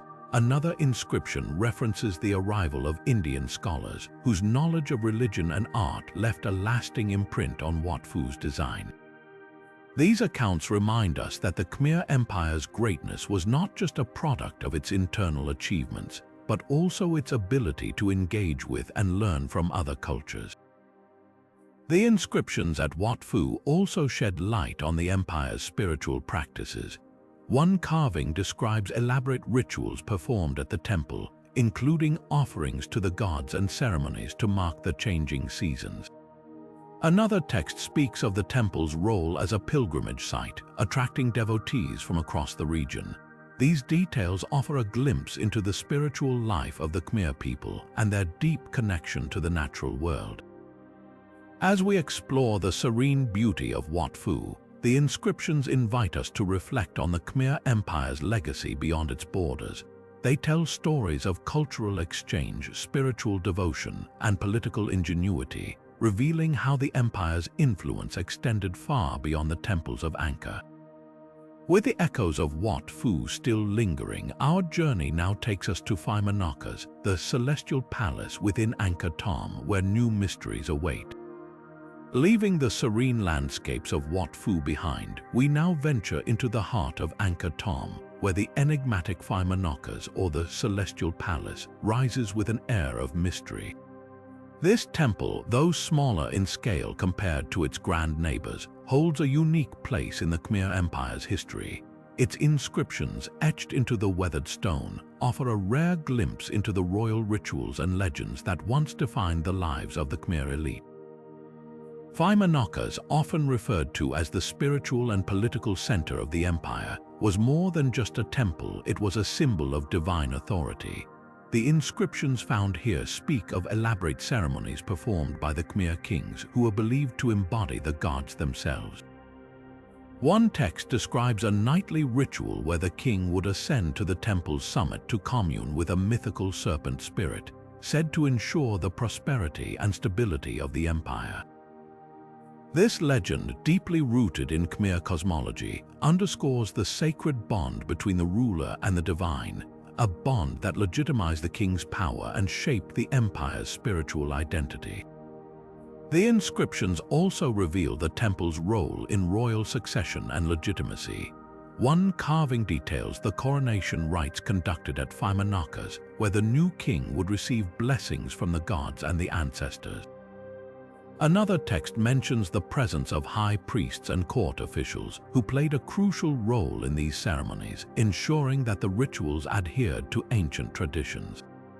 These records highlight the meticulous attention to detail in Khmer royal practices, reflecting a society deeply committed to maintaining order and continuity. Beyond its ceremonial significance, Phimanoka's was also a place of legend and intrigue. One inscription tells the story of a golden tower that once stood atop the temple, said to house a sacred relic of immense power. Though the tower has long since vanished, the tale endures, adding to the temple's aura of mystique. Another text recounts the exploits of a legendary king who, according to myth, transformed into a serpent to protect the empire from invaders. These stories, blending history and mythology, remind us of the Khmer Empire's rich narrative tradition, where the lines between fact and legend often blurred. The inscriptions at Phimanoka's also provide insights into the daily lives of the royal court. One carving describes the temple as a venue for grand feasts and performances, where the king would entertain foreign dignitaries and showcase the empire's cultural achievements. Another text mentions the presence of royal artisans whose intricate carvings adorned the temple's walls, celebrating the king's divine status. These details paint a vivid picture of a vibrant court life where art, religion, and politics intertwined seamlessly. As we stand before the weathered stones of Phimanoka's, the inscriptions invite us to imagine the grandeur of a bygone era. They tell stories of divine kingship, sacred rituals, and legendary tales, offering a window into the spiritual and political heart of the Khmer Empire. With the echoes of Phimanoka's still resonating, our journey now leads us to the Terrace of the Elephants, where the empire's grandeur takes on a new dimension. Stepping away from the sacred heights of Phimanoka's, we now find ourselves at the Terrace of the Elephants, a sprawling platform that once served as the stage for some of the most spectacular royal ceremonies in the Khmer Empire. This grand structure, stretching over 300 meters, is adorned with intricate carvings of elephants, warriors, and mythical creatures, each telling a story of power, prestige, and pageantry. The inscriptions here, etched into the stone, offer a fascinating glimpse into the vibrant court life that defined the empire at its zenith. The Terrace of the Elephants was more than just a ceremonial space. It was a symbol of the king's authority and the empire's grandeur. One inscription describes the terrace as the site of royal processions, where the king, seated atop a majestic elephant, would parade before his subjects and foreign envoys. These processions were not merely displays of wealth and power, but also acts of diplomacy, designed to awe and impress visitors from distant lands. The carvings of elephants, some life-sized, reflect the animal's significance in Khmer culture, symbolizing strength, wisdom, and royal authority. Another set of inscriptions reveals the terrace's role in public celebrations and festivals. One text details a grand festival held to mark the end of the harvest season, where the king would distribute gifts to his people and honor the gods with elaborate rituals. The terrace, with its expansive view of the surrounding city, provided the perfect backdrop for these events, allowing the king to connect with his subjects while reinforcing his divine mandate. The inscriptions also mention the presence of musicians, dancers, and performers, whose artistry brought these celebrations to life, showcasing the empire's cultural richness. The carvings on the terrace also provide insights into the military might of the Khmer Empire. One inscription depicts a scene of warriors marching in formation, their weapons gleaming in the sunlight. Another text recounts a victory parade held on the terrace, where the king celebrated the return of his army from a successful campaign. These records highlight the dual role of the terrace as both a ceremonial and a military space, reflecting the empire's emphasis on strength and unity. Beyond its ceremonial and military functions, the Terrace of the Elephants also served as a place of justice and governance. One inscription describes the king holding court on the terrace, where he would hear petitions from his subjects and dispense judgments. This practice underscored the king's role as both a ruler and a protector, ensuring that justice was seen to be done in the heart of the empire. The inscriptions also mention the presence of high-ranking officials and advisors who played a crucial role in the administration of the kingdom. As we walk along the terrace, the carvings and inscriptions invite us to imagine the sights and sounds of a bygone era. They tell stories of royal processions, grand festivals, and military triumphs, offering a vivid picture of the Khmer court's opulence and sophistication. The Terrace of the Elephants stands as a testament to the empire's ability to blend art, politics, and religion into a cohesive expression of power and identity. With the echoes of royal ceremonies still lingering in the air, our journey now takes us to the Terrace of the Leper King, where the mysteries of Khmer mythology await. Just a short distance from the Terrace of the Elephants lies another enigmatic structure, the Terrace of the Leper King. This mysterious platform, shrouded in legend and adorned with intricate carvings, offers a fascinating glimpse into the spiritual and mythological world of the Khmer Empire. Unlike the grandeur of the Terrace of the Elephants, the Terrace of the Leper King carries an air of mystery, with its name alone sparking curiosity and intrigue. The terrace is named after a statue found at the site, depicting a figure believed to represent Yama, the Hindu god of death. Over time, this statue became associated with a local legend about a Khmer king who suffered from leprosy, giving the terrace its evocative name. The carvings that line the walls of this structure are deeply symbolic, depicting scenes from Hindu mythology and the afterlife. One inscription describes the terrace as a place where the king would perform rituals to honor Yama and seek protection for his soul in the afterlife. The intricate carvings on the terrace are a testament to the Khmer artisans' skill and their deep connection to mythology. One section of the terrace features a series of bas-reliefs showing figures from the underworld, including demons, serpents, and celestial beings. These carvings are believed to represent the journey of the soul after death, guided by Yoma through the realms of the afterlife. The inscriptions accompanying these carvings provide further insight into the Khmer belief system, emphasizing the importance of karma and the consequences of one's actions in life. Another set of inscriptions reveals the terrace's connection to the concept of dharma, or moral duty. One text describes the king's role as a protector of dharma, ensuring that his subjects lived in accordance with divine laws. The terrace, with its carvings of gods and mythical creatures, served as a visual reminder of the king's divine mandate and his responsibility to uphold justice and order. These inscriptions highlight the interplay between religion and politics in the Khmer Empire, where mythology was not just a matter of faith but also a tool for governance. The terrace of the Leper King also holds clues to the empire's syncretic religious practices. While the carvings and inscriptions are predominantly Hindu in nature, they also incorporate elements of Buddhism and local animist traditions.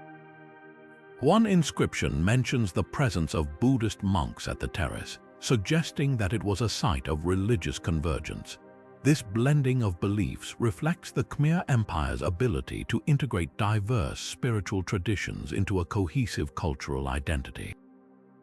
As we explore the terrace, the carvings and inscriptions invite us to delve deeper into the myths and legends that shape the Khmer worldview. They tell stories of gods and demons, life and death, and the eternal struggle between good and evil. The terrace of the Leper King stands as a testament to the empire's rich spiritual heritage, offering a window into the beliefs and values that guided its people. With the mysteries of the terrace of the Leper King still fresh in our minds, our journey now takes us to Esra Esrang, the royal bathing pool, where the rituals of leisure and spirituality intertwine. Moving from the spiritual depths of the terrace of the Leper King, we now step into a space where the sacred and the everyday intertwined. Esra Esrang, the royal bathing pool. This expansive reservoir, surrounded by serene landscapes, was far more than just a place for relaxation.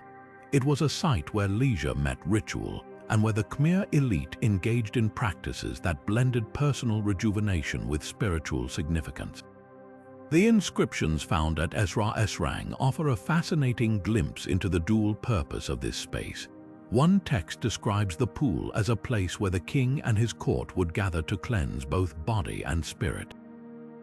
The act of bathing here was not merely physical, it was a ritual act symbolizing purification and renewal. The inscriptions suggest that the water itself was considered sacred, believed to carry the blessings of the gods. Another set of inscriptions highlights the pool's connection to royal ceremonies. One particularly detailed text recounts a grand event where the king, accompanied by priests and nobles, performed a water ritual to honor the gods and seek their favor for the kingdom's prosperity. The ceremony involved offerings of flowers, incense, and prayers, all conducted at the edge of the pool. These rituals underscored the Khmer belief in the divine power of water, seen as a life-giving force that sustained both the land and its people. The carvings and inscriptions also reveal the pool's role in daily life. While it was a space reserved for the elite, it also served as a gathering place for the community during festivals.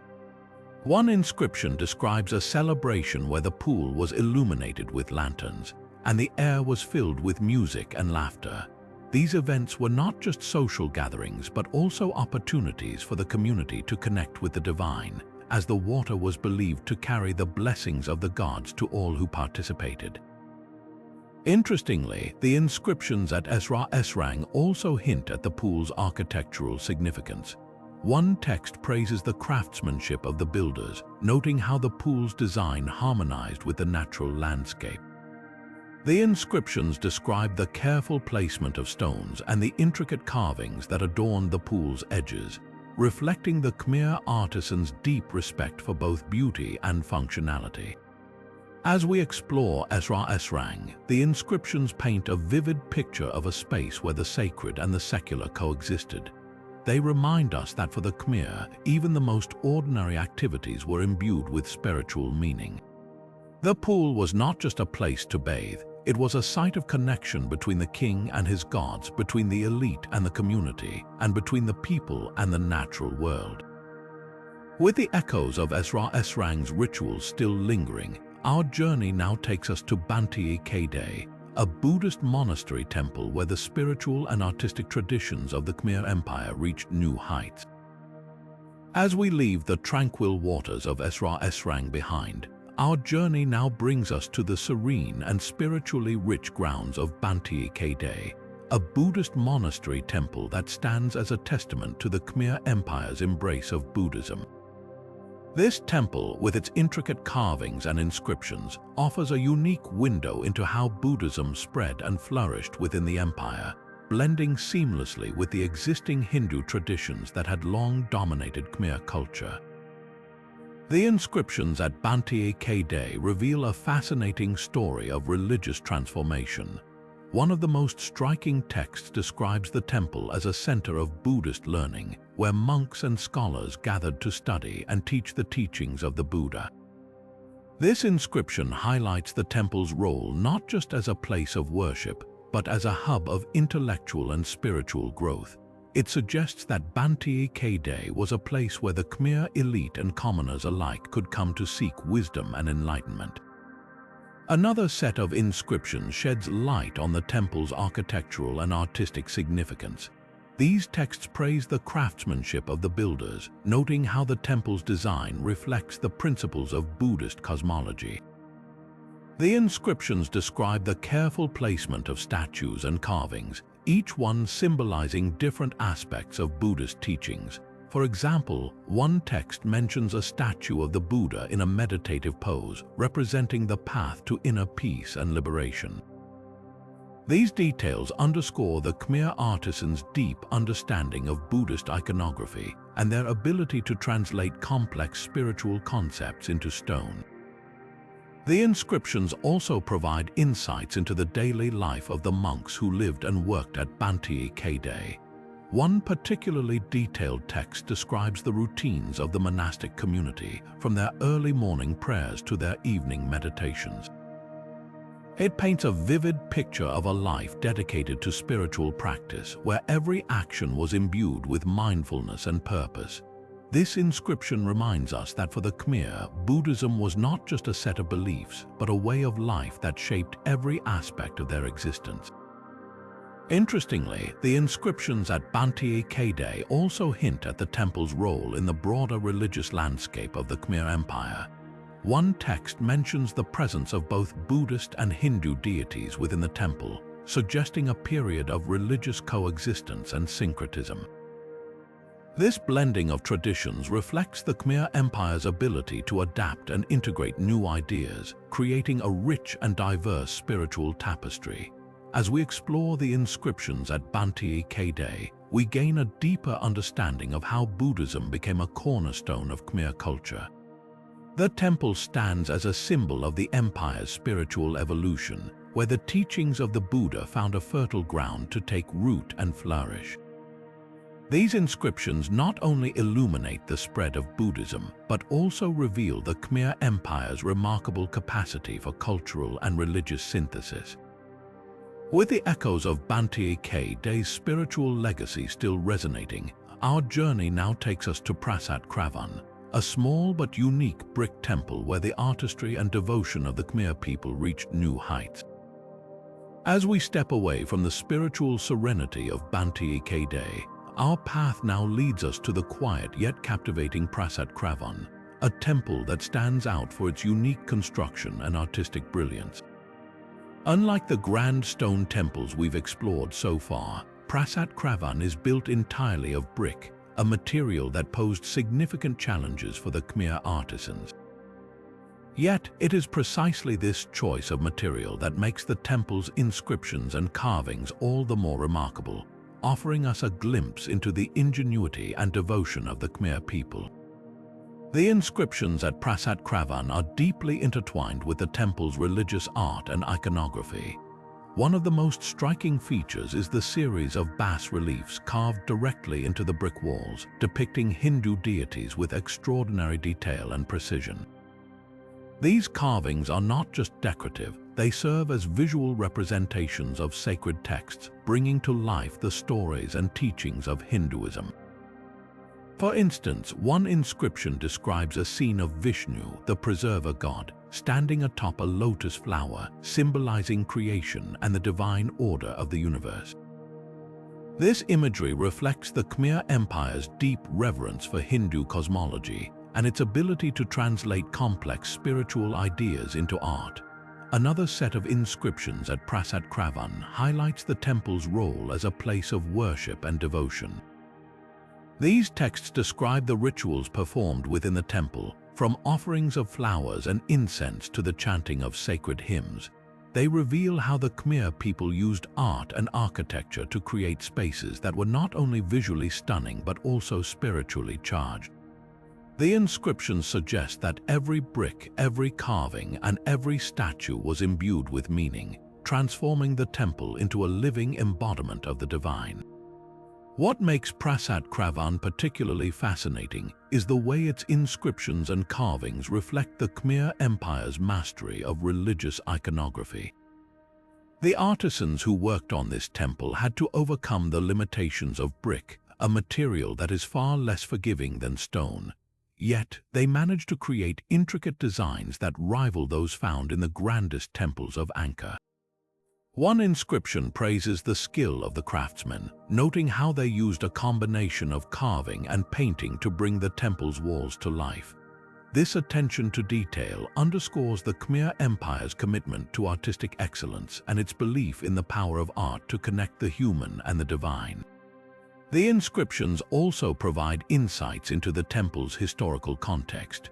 One text mentions that Prasat Kravan was built during the reign of King Harshavarman I, a period marked by both political stability and religious fervor. This inscription suggests that the temple was not just a place of worship but also a symbol of the king's piety and his desire to honor the gods. It reminds us that for the Khmer, religion and politics were deeply intertwined, with temples serving as both spiritual and political centers. As we explore the whispers of Prasat Kravan, we are reminded of the Khmer Empire's extraordinary ability to blend art, religion, and architecture into a harmonious whole. The temple's inscriptions and carvings offer us a window into a world where every detail was infused with meaning, where the divine was not just worshipped but also celebrated through art.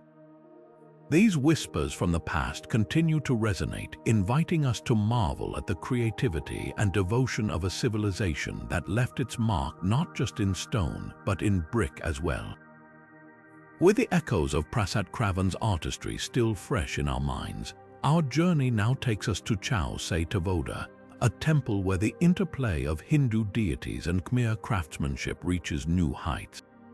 As we leave the intricate artistry of Prasat Kravan behind, our exploration now brings us to the serene and spiritually rich grounds of Chao Se Tavoda. This temple, dedicated to Hindu deities, stands as a testament to the Khmer Empire's remarkable ability to blend religious traditions into a cohesive and harmonious whole.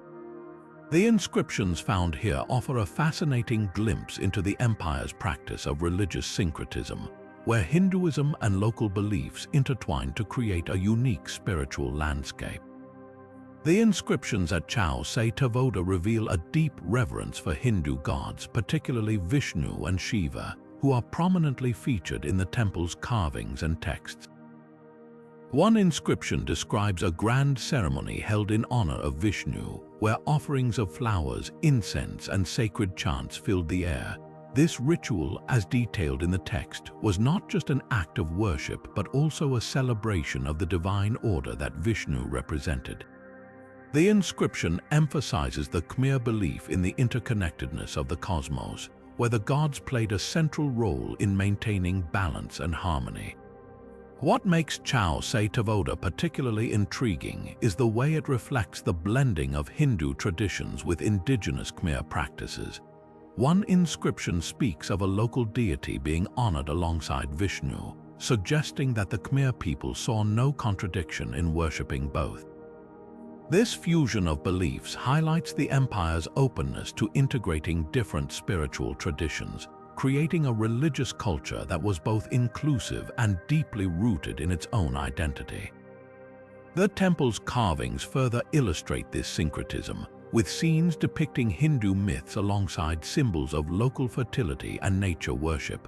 Another set of inscriptions at Chao Say Tavoda sheds light on the temple's role as a center of learning and spiritual guidance. These texts describe the teachings of Hindu scriptures being shared with the local community, often interpreted through the lens of Khmer cosmology. For example, one inscription explains how the story of Shiva's cosmic dance was understood as a metaphor for the cycles of nature and the seasons. This blending of Hindu mythology with local wisdom underscores the Khmer Empire's ability to adapt and reinterpret foreign ideas, making them relevant to their own cultural context. The inscriptions also provide insights into the temple's architectural significance. One text praises the craftsmanship of the artisans who built Chao Say Tavoda, noting how they incorporated elements of both Hindu and Khmer design into the temple's structure. The use of intricate carvings, symmetrical layouts, and symbolic motifs reflects a deep understanding of both traditions, creating a space that was not only visually stunning but also spiritually meaningful. This attention to detail speaks to the Khmer Empire's commitment to creating art and architecture that resonated with both the divine and the human. As we uncover the secrets of Chao Say Tavoda, we are reminded of the Khmer Empire's extraordinary ability to weave together diverse religious traditions into a unified tapestry. The temple's inscriptions and carvings offer us a window into a world where Hinduism and local beliefs coexisted and enriched one another, creating a spiritual legacy that continues to inspire. These whispers from the past invite us to reflect on the power of syncretism and the ways in which cultures can come together to create something truly extraordinary.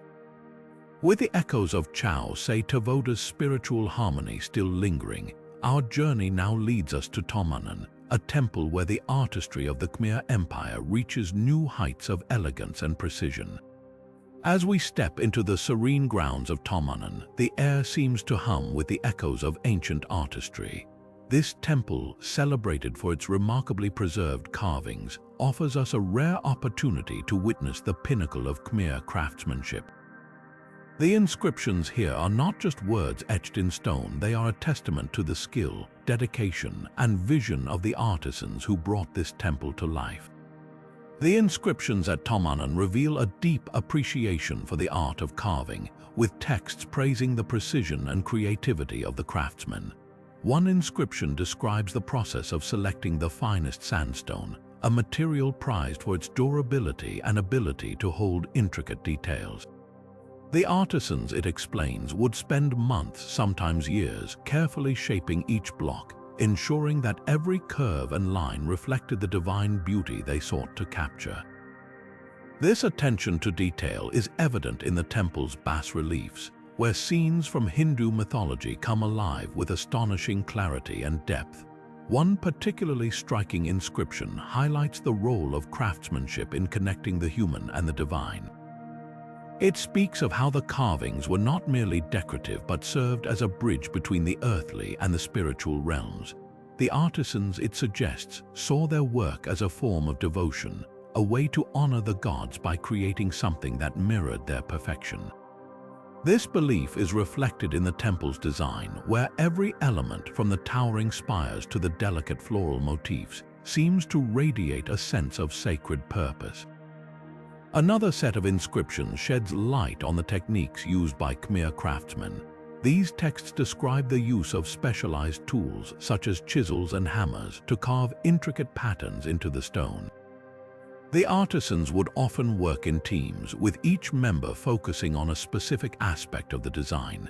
This collaborative approach allowed them to achieve a level of detail and harmony that is still admired today. The inscriptions also mention the importance of symmetry and balance, principles that were central to Khmer art and architecture. What makes Tomanan truly remarkable is the way its carvings have stood the test of time. The inscriptions attribute this longevity to the careful selection of materials and the meticulous craftsmanship of the artisans. One text even includes a prayer for the preservation of the temple, asking the gods to protect it from the ravages of time and nature. This prayer, it seems, was answered, as Tomanon remains one of the best-preserved temples of the Khmer Empire, offering us a glimpse into the skill and dedication of its creators. As we explore the inscriptions at Tomanon, we are reminded of the extraordinary talent and vision of the Khmer craftsmen. Their work was not just about creating beautiful structures, it was about capturing the essence of the divine and sharing it with the world. The temple's carvings and texts invite us to appreciate the artistry and devotion that went into every detail, leaving us in awe of a civilization that valued beauty and precision as much as it did power and spirituality. With the legacy of Tomanon's craftsmanship still fresh in our minds, our journey now takes us to Ta Keo, a temple that stands as a testament to the Khmer Empire's ambition and innovation in construction. Moving from the refined artistry of Tomanon, we now turn our attention to Ta Keo, a temple that tells a very different story, one of ambition, innovation, and the challenges of monumental construction. Known as the Mountain of Bronze, Ta Keo stands as one of the most intriguing sites in the Khmer Empire, not for its completed grandeur, but for what its unfinished state reveals about the empire's architectural ambitions and techniques. The inscriptions at Ta Keo provide a rare glimpse into the complexities of Khmer construction. Unlike many other temples, Ta Keo was never fully completed, and its unfinished state offers us a unique opportunity to study the methods and processes used by Khmer builders. The inscriptions here describe the temple's intended design, which was meant to rival the grandeur of Angkor Wat itself. They speak of a 5-tiered pyramid, each level representing a step closer to the heavens, with intricate carvings and towering spires planned to adorn its summit. One of the most fascinating aspects of Ta Keo's inscriptions is their detailed account of the construction process. The texts explain how the temple was built using massive sandstone blocks, each weighing several tons, transported from quarries miles away. The inscriptions describe the use of ramps, pulleys, and scaffolding to lift these blocks into place, a feat of engineering that required precise coordination and immense labor. They also mention the challenges faced by the builders, including the difficulty of working with such heavy materials and the logistical hurdles of transporting them across long distances. The inscriptions also shed light on the role of geometry and mathematics in Khmer architecture. Ta Keo's design was based on precise measurements and proportions, with each tier carefully calculated to create a sense of harmony and balance. The texts describe how the builders used tools like plumb lines and levels to ensure that every block was perfectly aligned, a testament to their advanced understanding of structural engineering. This attention to detail is evident in the temple's surviving structure, where the precision of the stonework is still visible despite its unfinished state. Another key insight from Ta Keo's inscriptions is the importance of symbolism in Khmer construction. The temple was designed to represent Mount Meru, the sacred mountain at the center of Hindu cosmology. The inscriptions explain how each tier of the pyramid was meant to symbolize a different realm of existence, with the summit representing the abode of the gods. This spiritual significance was central to the temple's design, and the inscriptions suggest that the builders saw their work as a form of devotion, a way to honor the gods through their craftsmanship. Despite its incomplete state, Ta Keo remains a powerful symbol of the Khmer Empire's ambition and ingenuity. The inscriptions here remind us that even unfinished projects can offer valuable insights into the past, revealing the challenges and triumphs of a civilization that dared to dream big.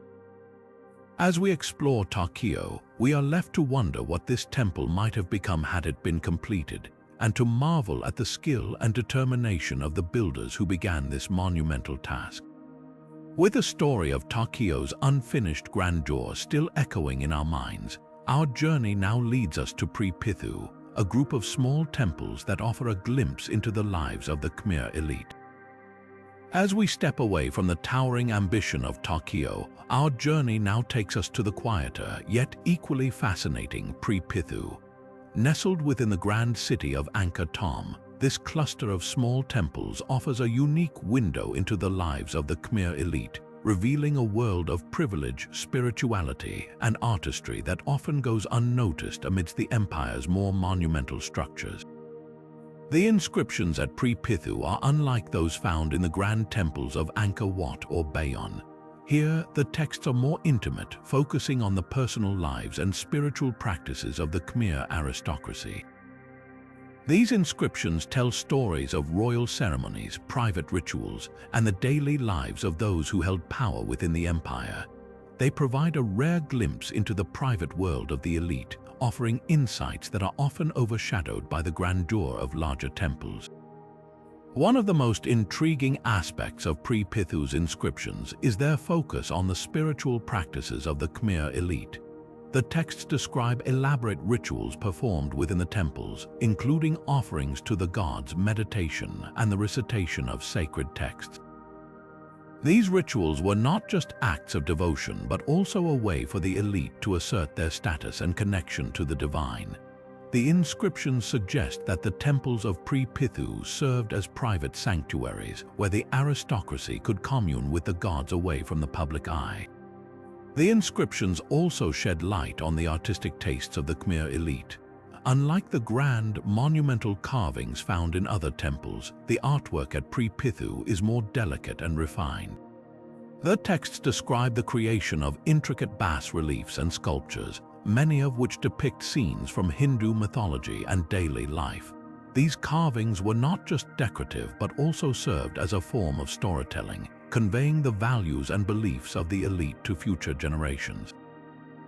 Another key insight from Pre-Pithu's inscriptions is their emphasis on lineage and legacy. The texts frequently mention the names and deeds of prominent families, highlighting their contributions to the empire and their role in maintaining its stability. These inscriptions were a way for the elite to immortalize their achievements, ensuring that their names would be remembered long after their deaths. This focus on legacy reflects the importance of ancestry and continuity in Khmer society, where the actions of one generation were seen as a reflection of their ancestors' virtues. The inscriptions at Pre-Pithu also reveal the interconnectedness of the Khmer elite. The texts mention alliances, marriages, and friendships between powerful families, painting a picture of a tightly knit social network. These relationships were crucial for maintaining political stability and ensuring the smooth functioning of the empire. The inscriptions suggest that the temples of Pre-Pithu were not just places of worship but also social hubs where the elite could forge and strengthen these vital connections. As we explore the mysteries of Pre-Pithu, we are reminded that the Khmer Empire was not just a civilization of grand monuments and epic achievements. It was also a society of individuals, each with their own stories, aspirations, and struggles. The inscriptions here offer a rare glimpse into the lives of those who shaped the empire from within, revealing a world of privilege, spirituality, and artistry that is often overlooked. With the intimate stories of Pre-Pithu still fresh in our minds, our journey now leads us to the Bayon, a massive temple mountain that stands as a testament to the Khmer Empire's religious and political symbolism. As we leave the intimate world of Pre-Pithu behind, our path now leads us to the towering presence of Bayon, a temple mountain that looms large over the landscape of Angkor. This monumental structure, with its sheer scale and grandeur, stands as a powerful symbol of the Khmer Empire's religious devotion and political ambition. The inscriptions found here offer a fascinating glimpse into how the empire intertwined its spiritual beliefs with its quest for power and legitimacy. The Bayon inscriptions are deeply rooted in the empire's religious symbolism. They speak of the temple as a representation of Mount Meru, the sacred mountain at the center of the Hindu and Buddhist cosmos. This connection to Mount Meru was not just a spiritual statement but also a political one, reinforcing the idea that the Khmer kings were divine rulers chosen to maintain cosmic order. The texts describe elaborate rituals performed at the temple, where offerings were made to the gods to ensure the prosperity and stability of the empire. These rituals were a way for the kings to demonstrate their divine mandate, solidifying their authority in the eyes of their subjects. One of the most striking aspects of the Bayon inscriptions is their emphasis on the king's role as a bridge between the earthly and the divine. The texts frequently mention the king's participation in religious ceremonies, portraying him as both a ruler and a spiritual leader. This dual role was crucial for maintaining the empire's cohesion, as it allowed the king to command both political loyalty and religious reverence. The inscriptions suggest that the Bayon was not just a place of worship, but also a stage for the king to perform his sacred duties, reinforcing his status as a god-king. The inscriptions also shed light on the political symbolism embedded in the temple's architecture. The sheer size and complexity of Bayon were meant to awe and inspire, serving as a physical manifestation of the empire's power and ambition. The texts describe the temple's construction as a monumental effort involving thousands of workers and vast resources. This emphasis on scale and grandeur was a deliberate strategy to project the empire's strength and stability, both to its own people and to neighboring kingdoms. Another key insight from the Bayon inscriptions is their focus on continuity and renewal. The texts frequently mention the restoration and expansion of the temple by successive kings, highlighting their commitment to preserving the empire's spiritual and political legacy. This focus on continuity reflects the Khmer belief in the cyclical nature of time, where each generation was responsible for upholding the achievements of their ancestors. The inscriptions suggest that the Bayon was not just a static monument but a living symbol of the empire's enduring vitality. The inscriptions at Bayon also reveal the interconnectedness of religion and politics in the Khmer Empire. The texts describe how the temple served as a focal point for both spiritual and administrative activities, hosting ceremonies that brought together the empire's religious and political elite. These gatherings were crucial for maintaining the empire's unity, as they allowed the king to reinforce his authority and strengthen alliances with powerful families. The inscriptions suggest that the Bayon was not just a religious site but also a political hub, where the empire's leaders could negotiate, strategize, and celebrate their shared vision. As we stand before the towering presence of Bayon, we are reminded of the profound ways in which the Khmer Empire wove together its spiritual and political aspirations. The inscriptions here offer a window into a world where religion and power were inseparable, where the divine and the earthly coexisted in a delicate balance. They remind us that the Khmer Empire was not just a civilization of grand monuments, but also a society that sought to align its earthly ambitions with the cosmic order. With the echoes of Bayon's whispers still resonating, our journey now takes us to Phnom Bok, a hilltop temple that offers a different perspective on the empire's territorial control and spiritual reach. As we ascend to the heights of Phnom Bok, the air grows thinner, and the view stretches endlessly across the Khmer Empire's vast domain. This hilltop temple, perched like a sentinel over the landscape, offers more than just breathtaking vistas. It holds inscriptions that reveal the empire's strategic mastery over its territory. The texts found here provide a unique perspective on how the Khmer rulers used both physical and spiritual means to assert their control over the land. The inscriptions at Phnom Bok emphasize the temple's role as a symbol of territorial dominance. Positioned high above the surrounding plains, the temple was not just a place of worship but also a strategic lookout, offering a clear view of the empire's borders.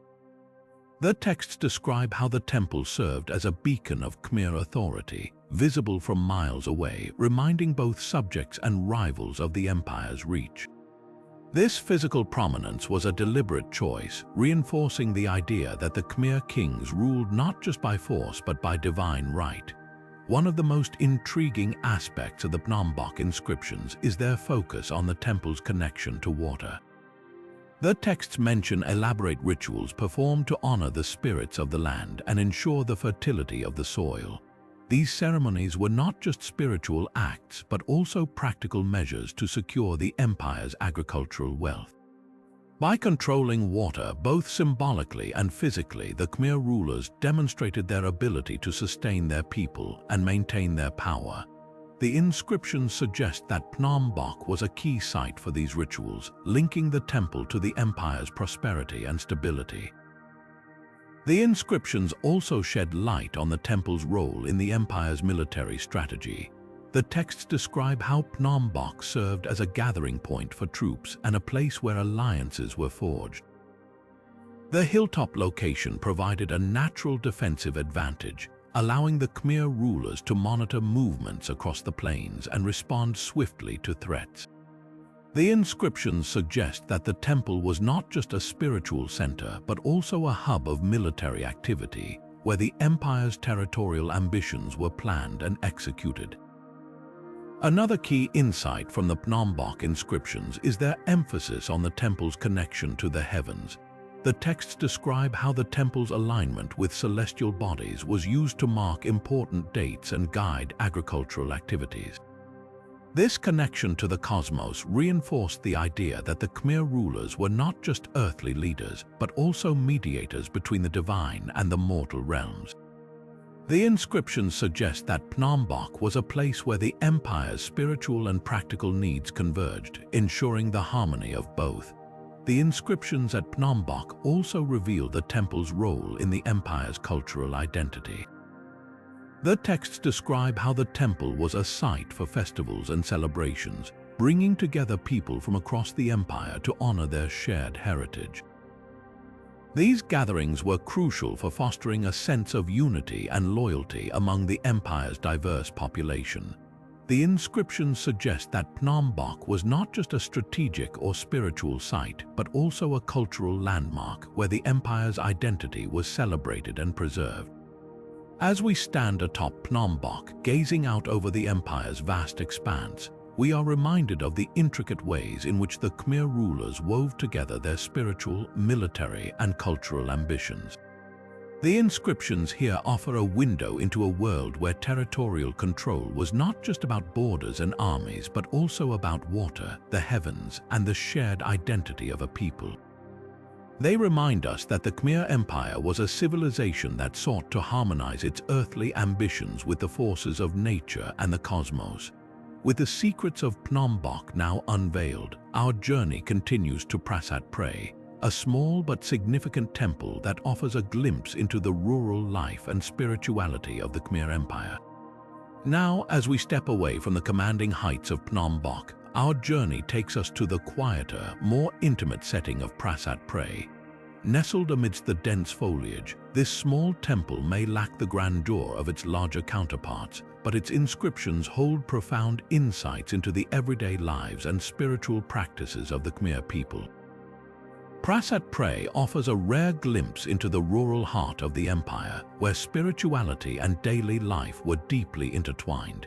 The inscriptions at Prasat Pray reveal a world where the rhythms of agriculture and the cycles of nature shaped the spiritual beliefs of the Khmer people. Unlike the grand temples that celebrated the power of kings and gods, Prasat Pray was a place where ordinary villagers came to seek blessings for their crops, their families, and their communities. The texts describe rituals performed to honor local deities, asking for rain, fertility, and protection from disease. These practices highlight the deep connection between the Khmer people and the land they cultivated, a bond that was both practical and sacred. One of the most striking aspects of the Prasat Pray inscriptions is their focus on community. The texts mention gatherings where villagers would come together to celebrate harvests, mark the changing seasons, and honor their ancestors. These festivals were not just social events, but also spiritual occasions, reinforcing the shared identity and values of the community. The inscriptions suggest that Prasat Pray was a place where the boundaries between the sacred and the everyday blurred, creating a space where spirituality was woven into the fabric of daily life. The temple's inscriptions also shed light on the role of local leaders and spiritual figures in rural Khmer society. The texts describe how village elders and priests acted as intermediaries between the people and the divine, guiding rituals and interpreting the will of the gods. These figures were not just religious leaders but also custodians of tradition, ensuring that the wisdom of the past was passed down to future generations. The inscriptions suggest that Prasat Pray was a center of learning and continuity, where the spiritual heritage of the Khmer people was preserved and celebrated. Another key theme in the Prasat Pray inscriptions is their emphasis on harmony with nature. The texts describe how the Khmer people saw the natural world as a reflection of the divine, with rivers, trees, and mountains all imbued with spiritual significance.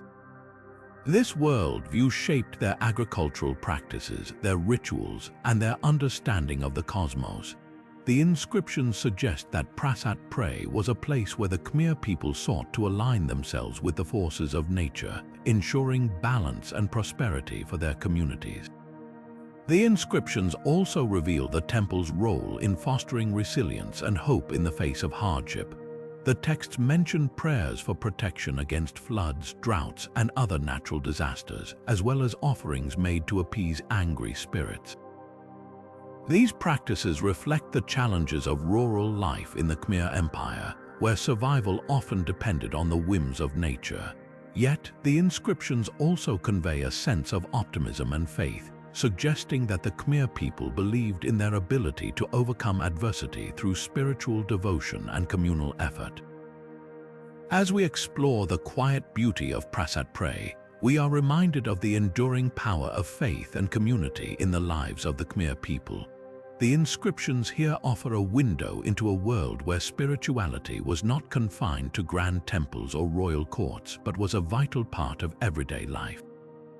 They remind us that the Khmer Empire was not just a civilization of kings and warriors, but also of farmers, priests, and villagers, whose lives were shaped by their connection to the land and the divine. With the stories of Prasat Pray now unveiled, our journey continues to Kebal Spien, the river of 1,000 lingers, where water and spirituality merge in a breathtaking display of devotion. As we leave the serene whispers of Prasat Pray behind, our journey now takes us to the mystical waters of Kebal Spien, known as the River of 1,000 Lingers. Here, the Khmer Empire's reverence for water takes center stage, revealing a profound connection between spirituality and the life-giving force of rivers. Nestled deep within the jungle, Kebal Spien is not just a natural wonder but a sacred site where the Khmer people carved their devotion into the very bedrock of the river. The inscriptions and carvings at Kebal Spien are unlike any we've encountered so far. Instead of being etched into temple walls, they are carved directly into the riverbed and surrounding rocks. These carvings depict thousands of lingers, the symbolic representations of the Hindu god Shiva, as well as intricate images of deities, animals, and mythological scenes. The river itself becomes a canvas, transforming flowing water into a sacred medium that carries blessings downstream to the fertile plains of Angkor. The significance of Kebal Spien lies in its role as a spiritual conduit. The Khmer people believed that by carving lingers into the riverbed, they could infuse the water with divine energy. As the river flowed over these sacred symbols, it was thought to purify and bless the land, ensuring bountiful harvests and prosperity for the empire. This practice highlights the Khmer Empire's deep understanding of water as both a physical and spiritual resource, essential for life and deeply intertwined with their religious beliefs. The inscriptions at Kebal Spien also shed light on the rituals performed here. Texts describe ceremonies where priests and devotees would gather to honor the river and its divine inhabitants.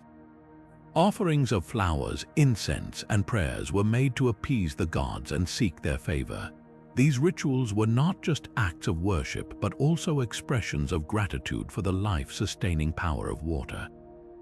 The inscriptions suggest that Kebal Spian was a place where the Khmer people sought to harmonize their lives with the natural world, recognizing the sacredness of the environment around them.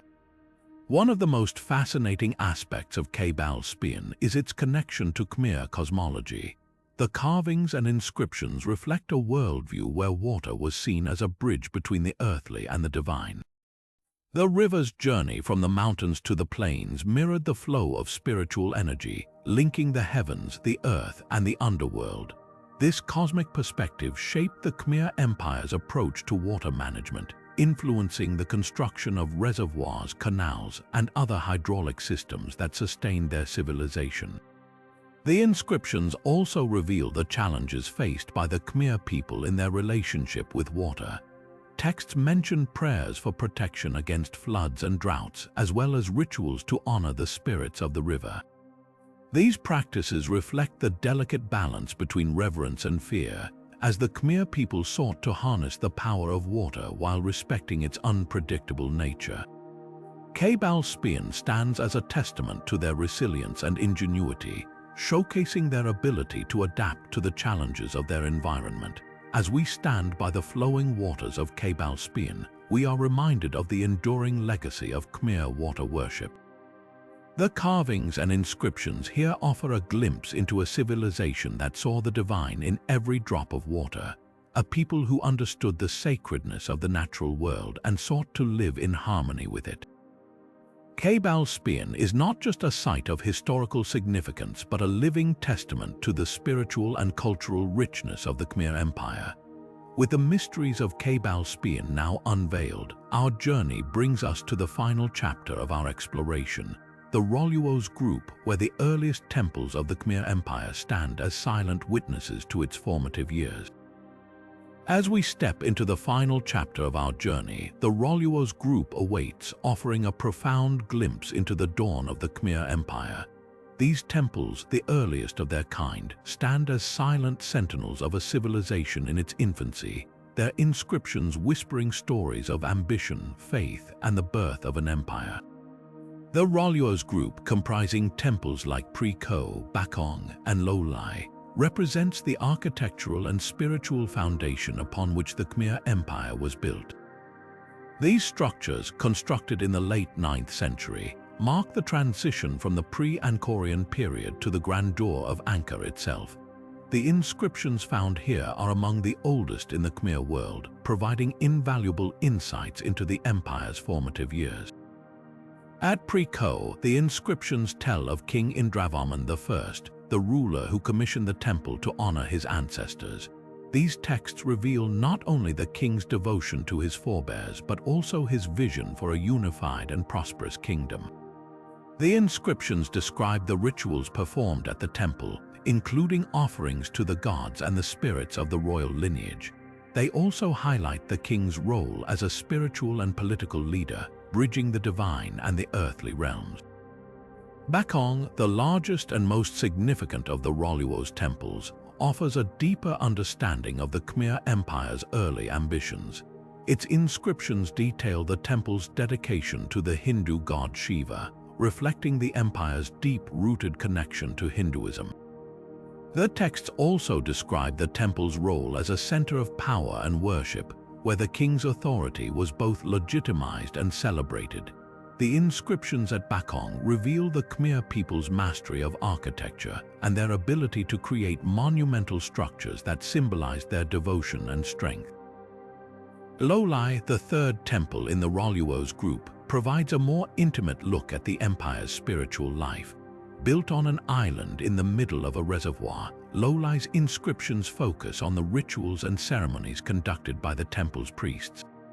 These texts emphasize the importance of water in Khmer religious practices, echoing the themes we've seen at Kebal Spian. The inscriptions also mention the temple's role in ensuring the fertility of the land, underscoring the Khmer people's reliance on agriculture and their reverence for the natural world. Together, the inscriptions at the Roluos group paint a vivid picture of a society in transition. They reveal the Khmer Empire's early efforts to establish a centralized state with the king at its spiritual and political core. The texts also highlight the empire's deep connection to Hinduism, which shaped its art, architecture, and rituals. Through these inscriptions, we see the seeds of the grandeur that would later define Angkor, as well as the challenges and aspirations of a civilization finding its footing. The Rolyos group is more than just a collection of ancient temples. It is a testament to the resilience and vision of the Khmer people.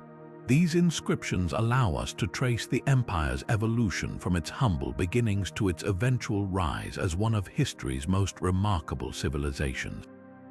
As we conclude our exploration of the Khmer Empire's hidden inscriptions, the Rolyos group stands as a fitting reminder of the enduring legacy of a people who carved their dreams into stone, leaving behind a story that continues to inspire and captivate us today.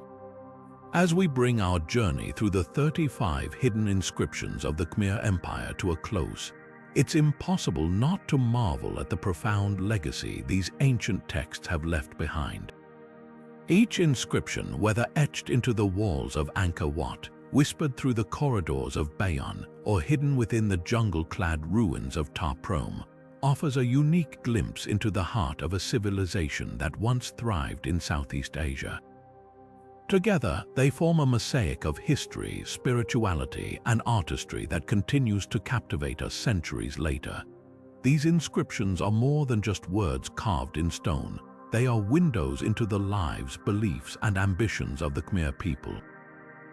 From the grandeur of Angkor Wat's cryptic messages to the intimate rituals described at Lolai, each text reveals a different facet of the empire's identity. They tell stories of kings and gods, of conquests and devotion, of daily life and cosmic order. Through them, we've explored the empire's deep connection to Hinduism and Buddhism, its mastery of architecture and engineering, and its intricate social and political structures. What makes these inscriptions truly remarkable is their ability to connect us to a civilization that has long since faded into history. They remind us that the Khmer Empire was not just a collection of temples and monuments, but a living, breathing society with dreams, struggles, and triumphs. These texts allow us to hear the voices of the past, offering insights that no history book could ever fully capture. As we reflect on the 35 inscriptions we've uncovered, it's clear that they are more than relics of a bygone era. They are a testament to the enduring power of human creativity and resilience. They challenge us to look beyond the surface and seek the deeper meanings hidden within their lines. And they inspire us to continue exploring, to keep asking questions, and to uncover even more of the mysteries that the Khmer Empire has left behind. If this journey through the hidden inscriptions of the Khmer Empire has sparked your curiosity, let us know in the comments below. What inscription fascinated you the most? What questions do you still have about this ancient civilization?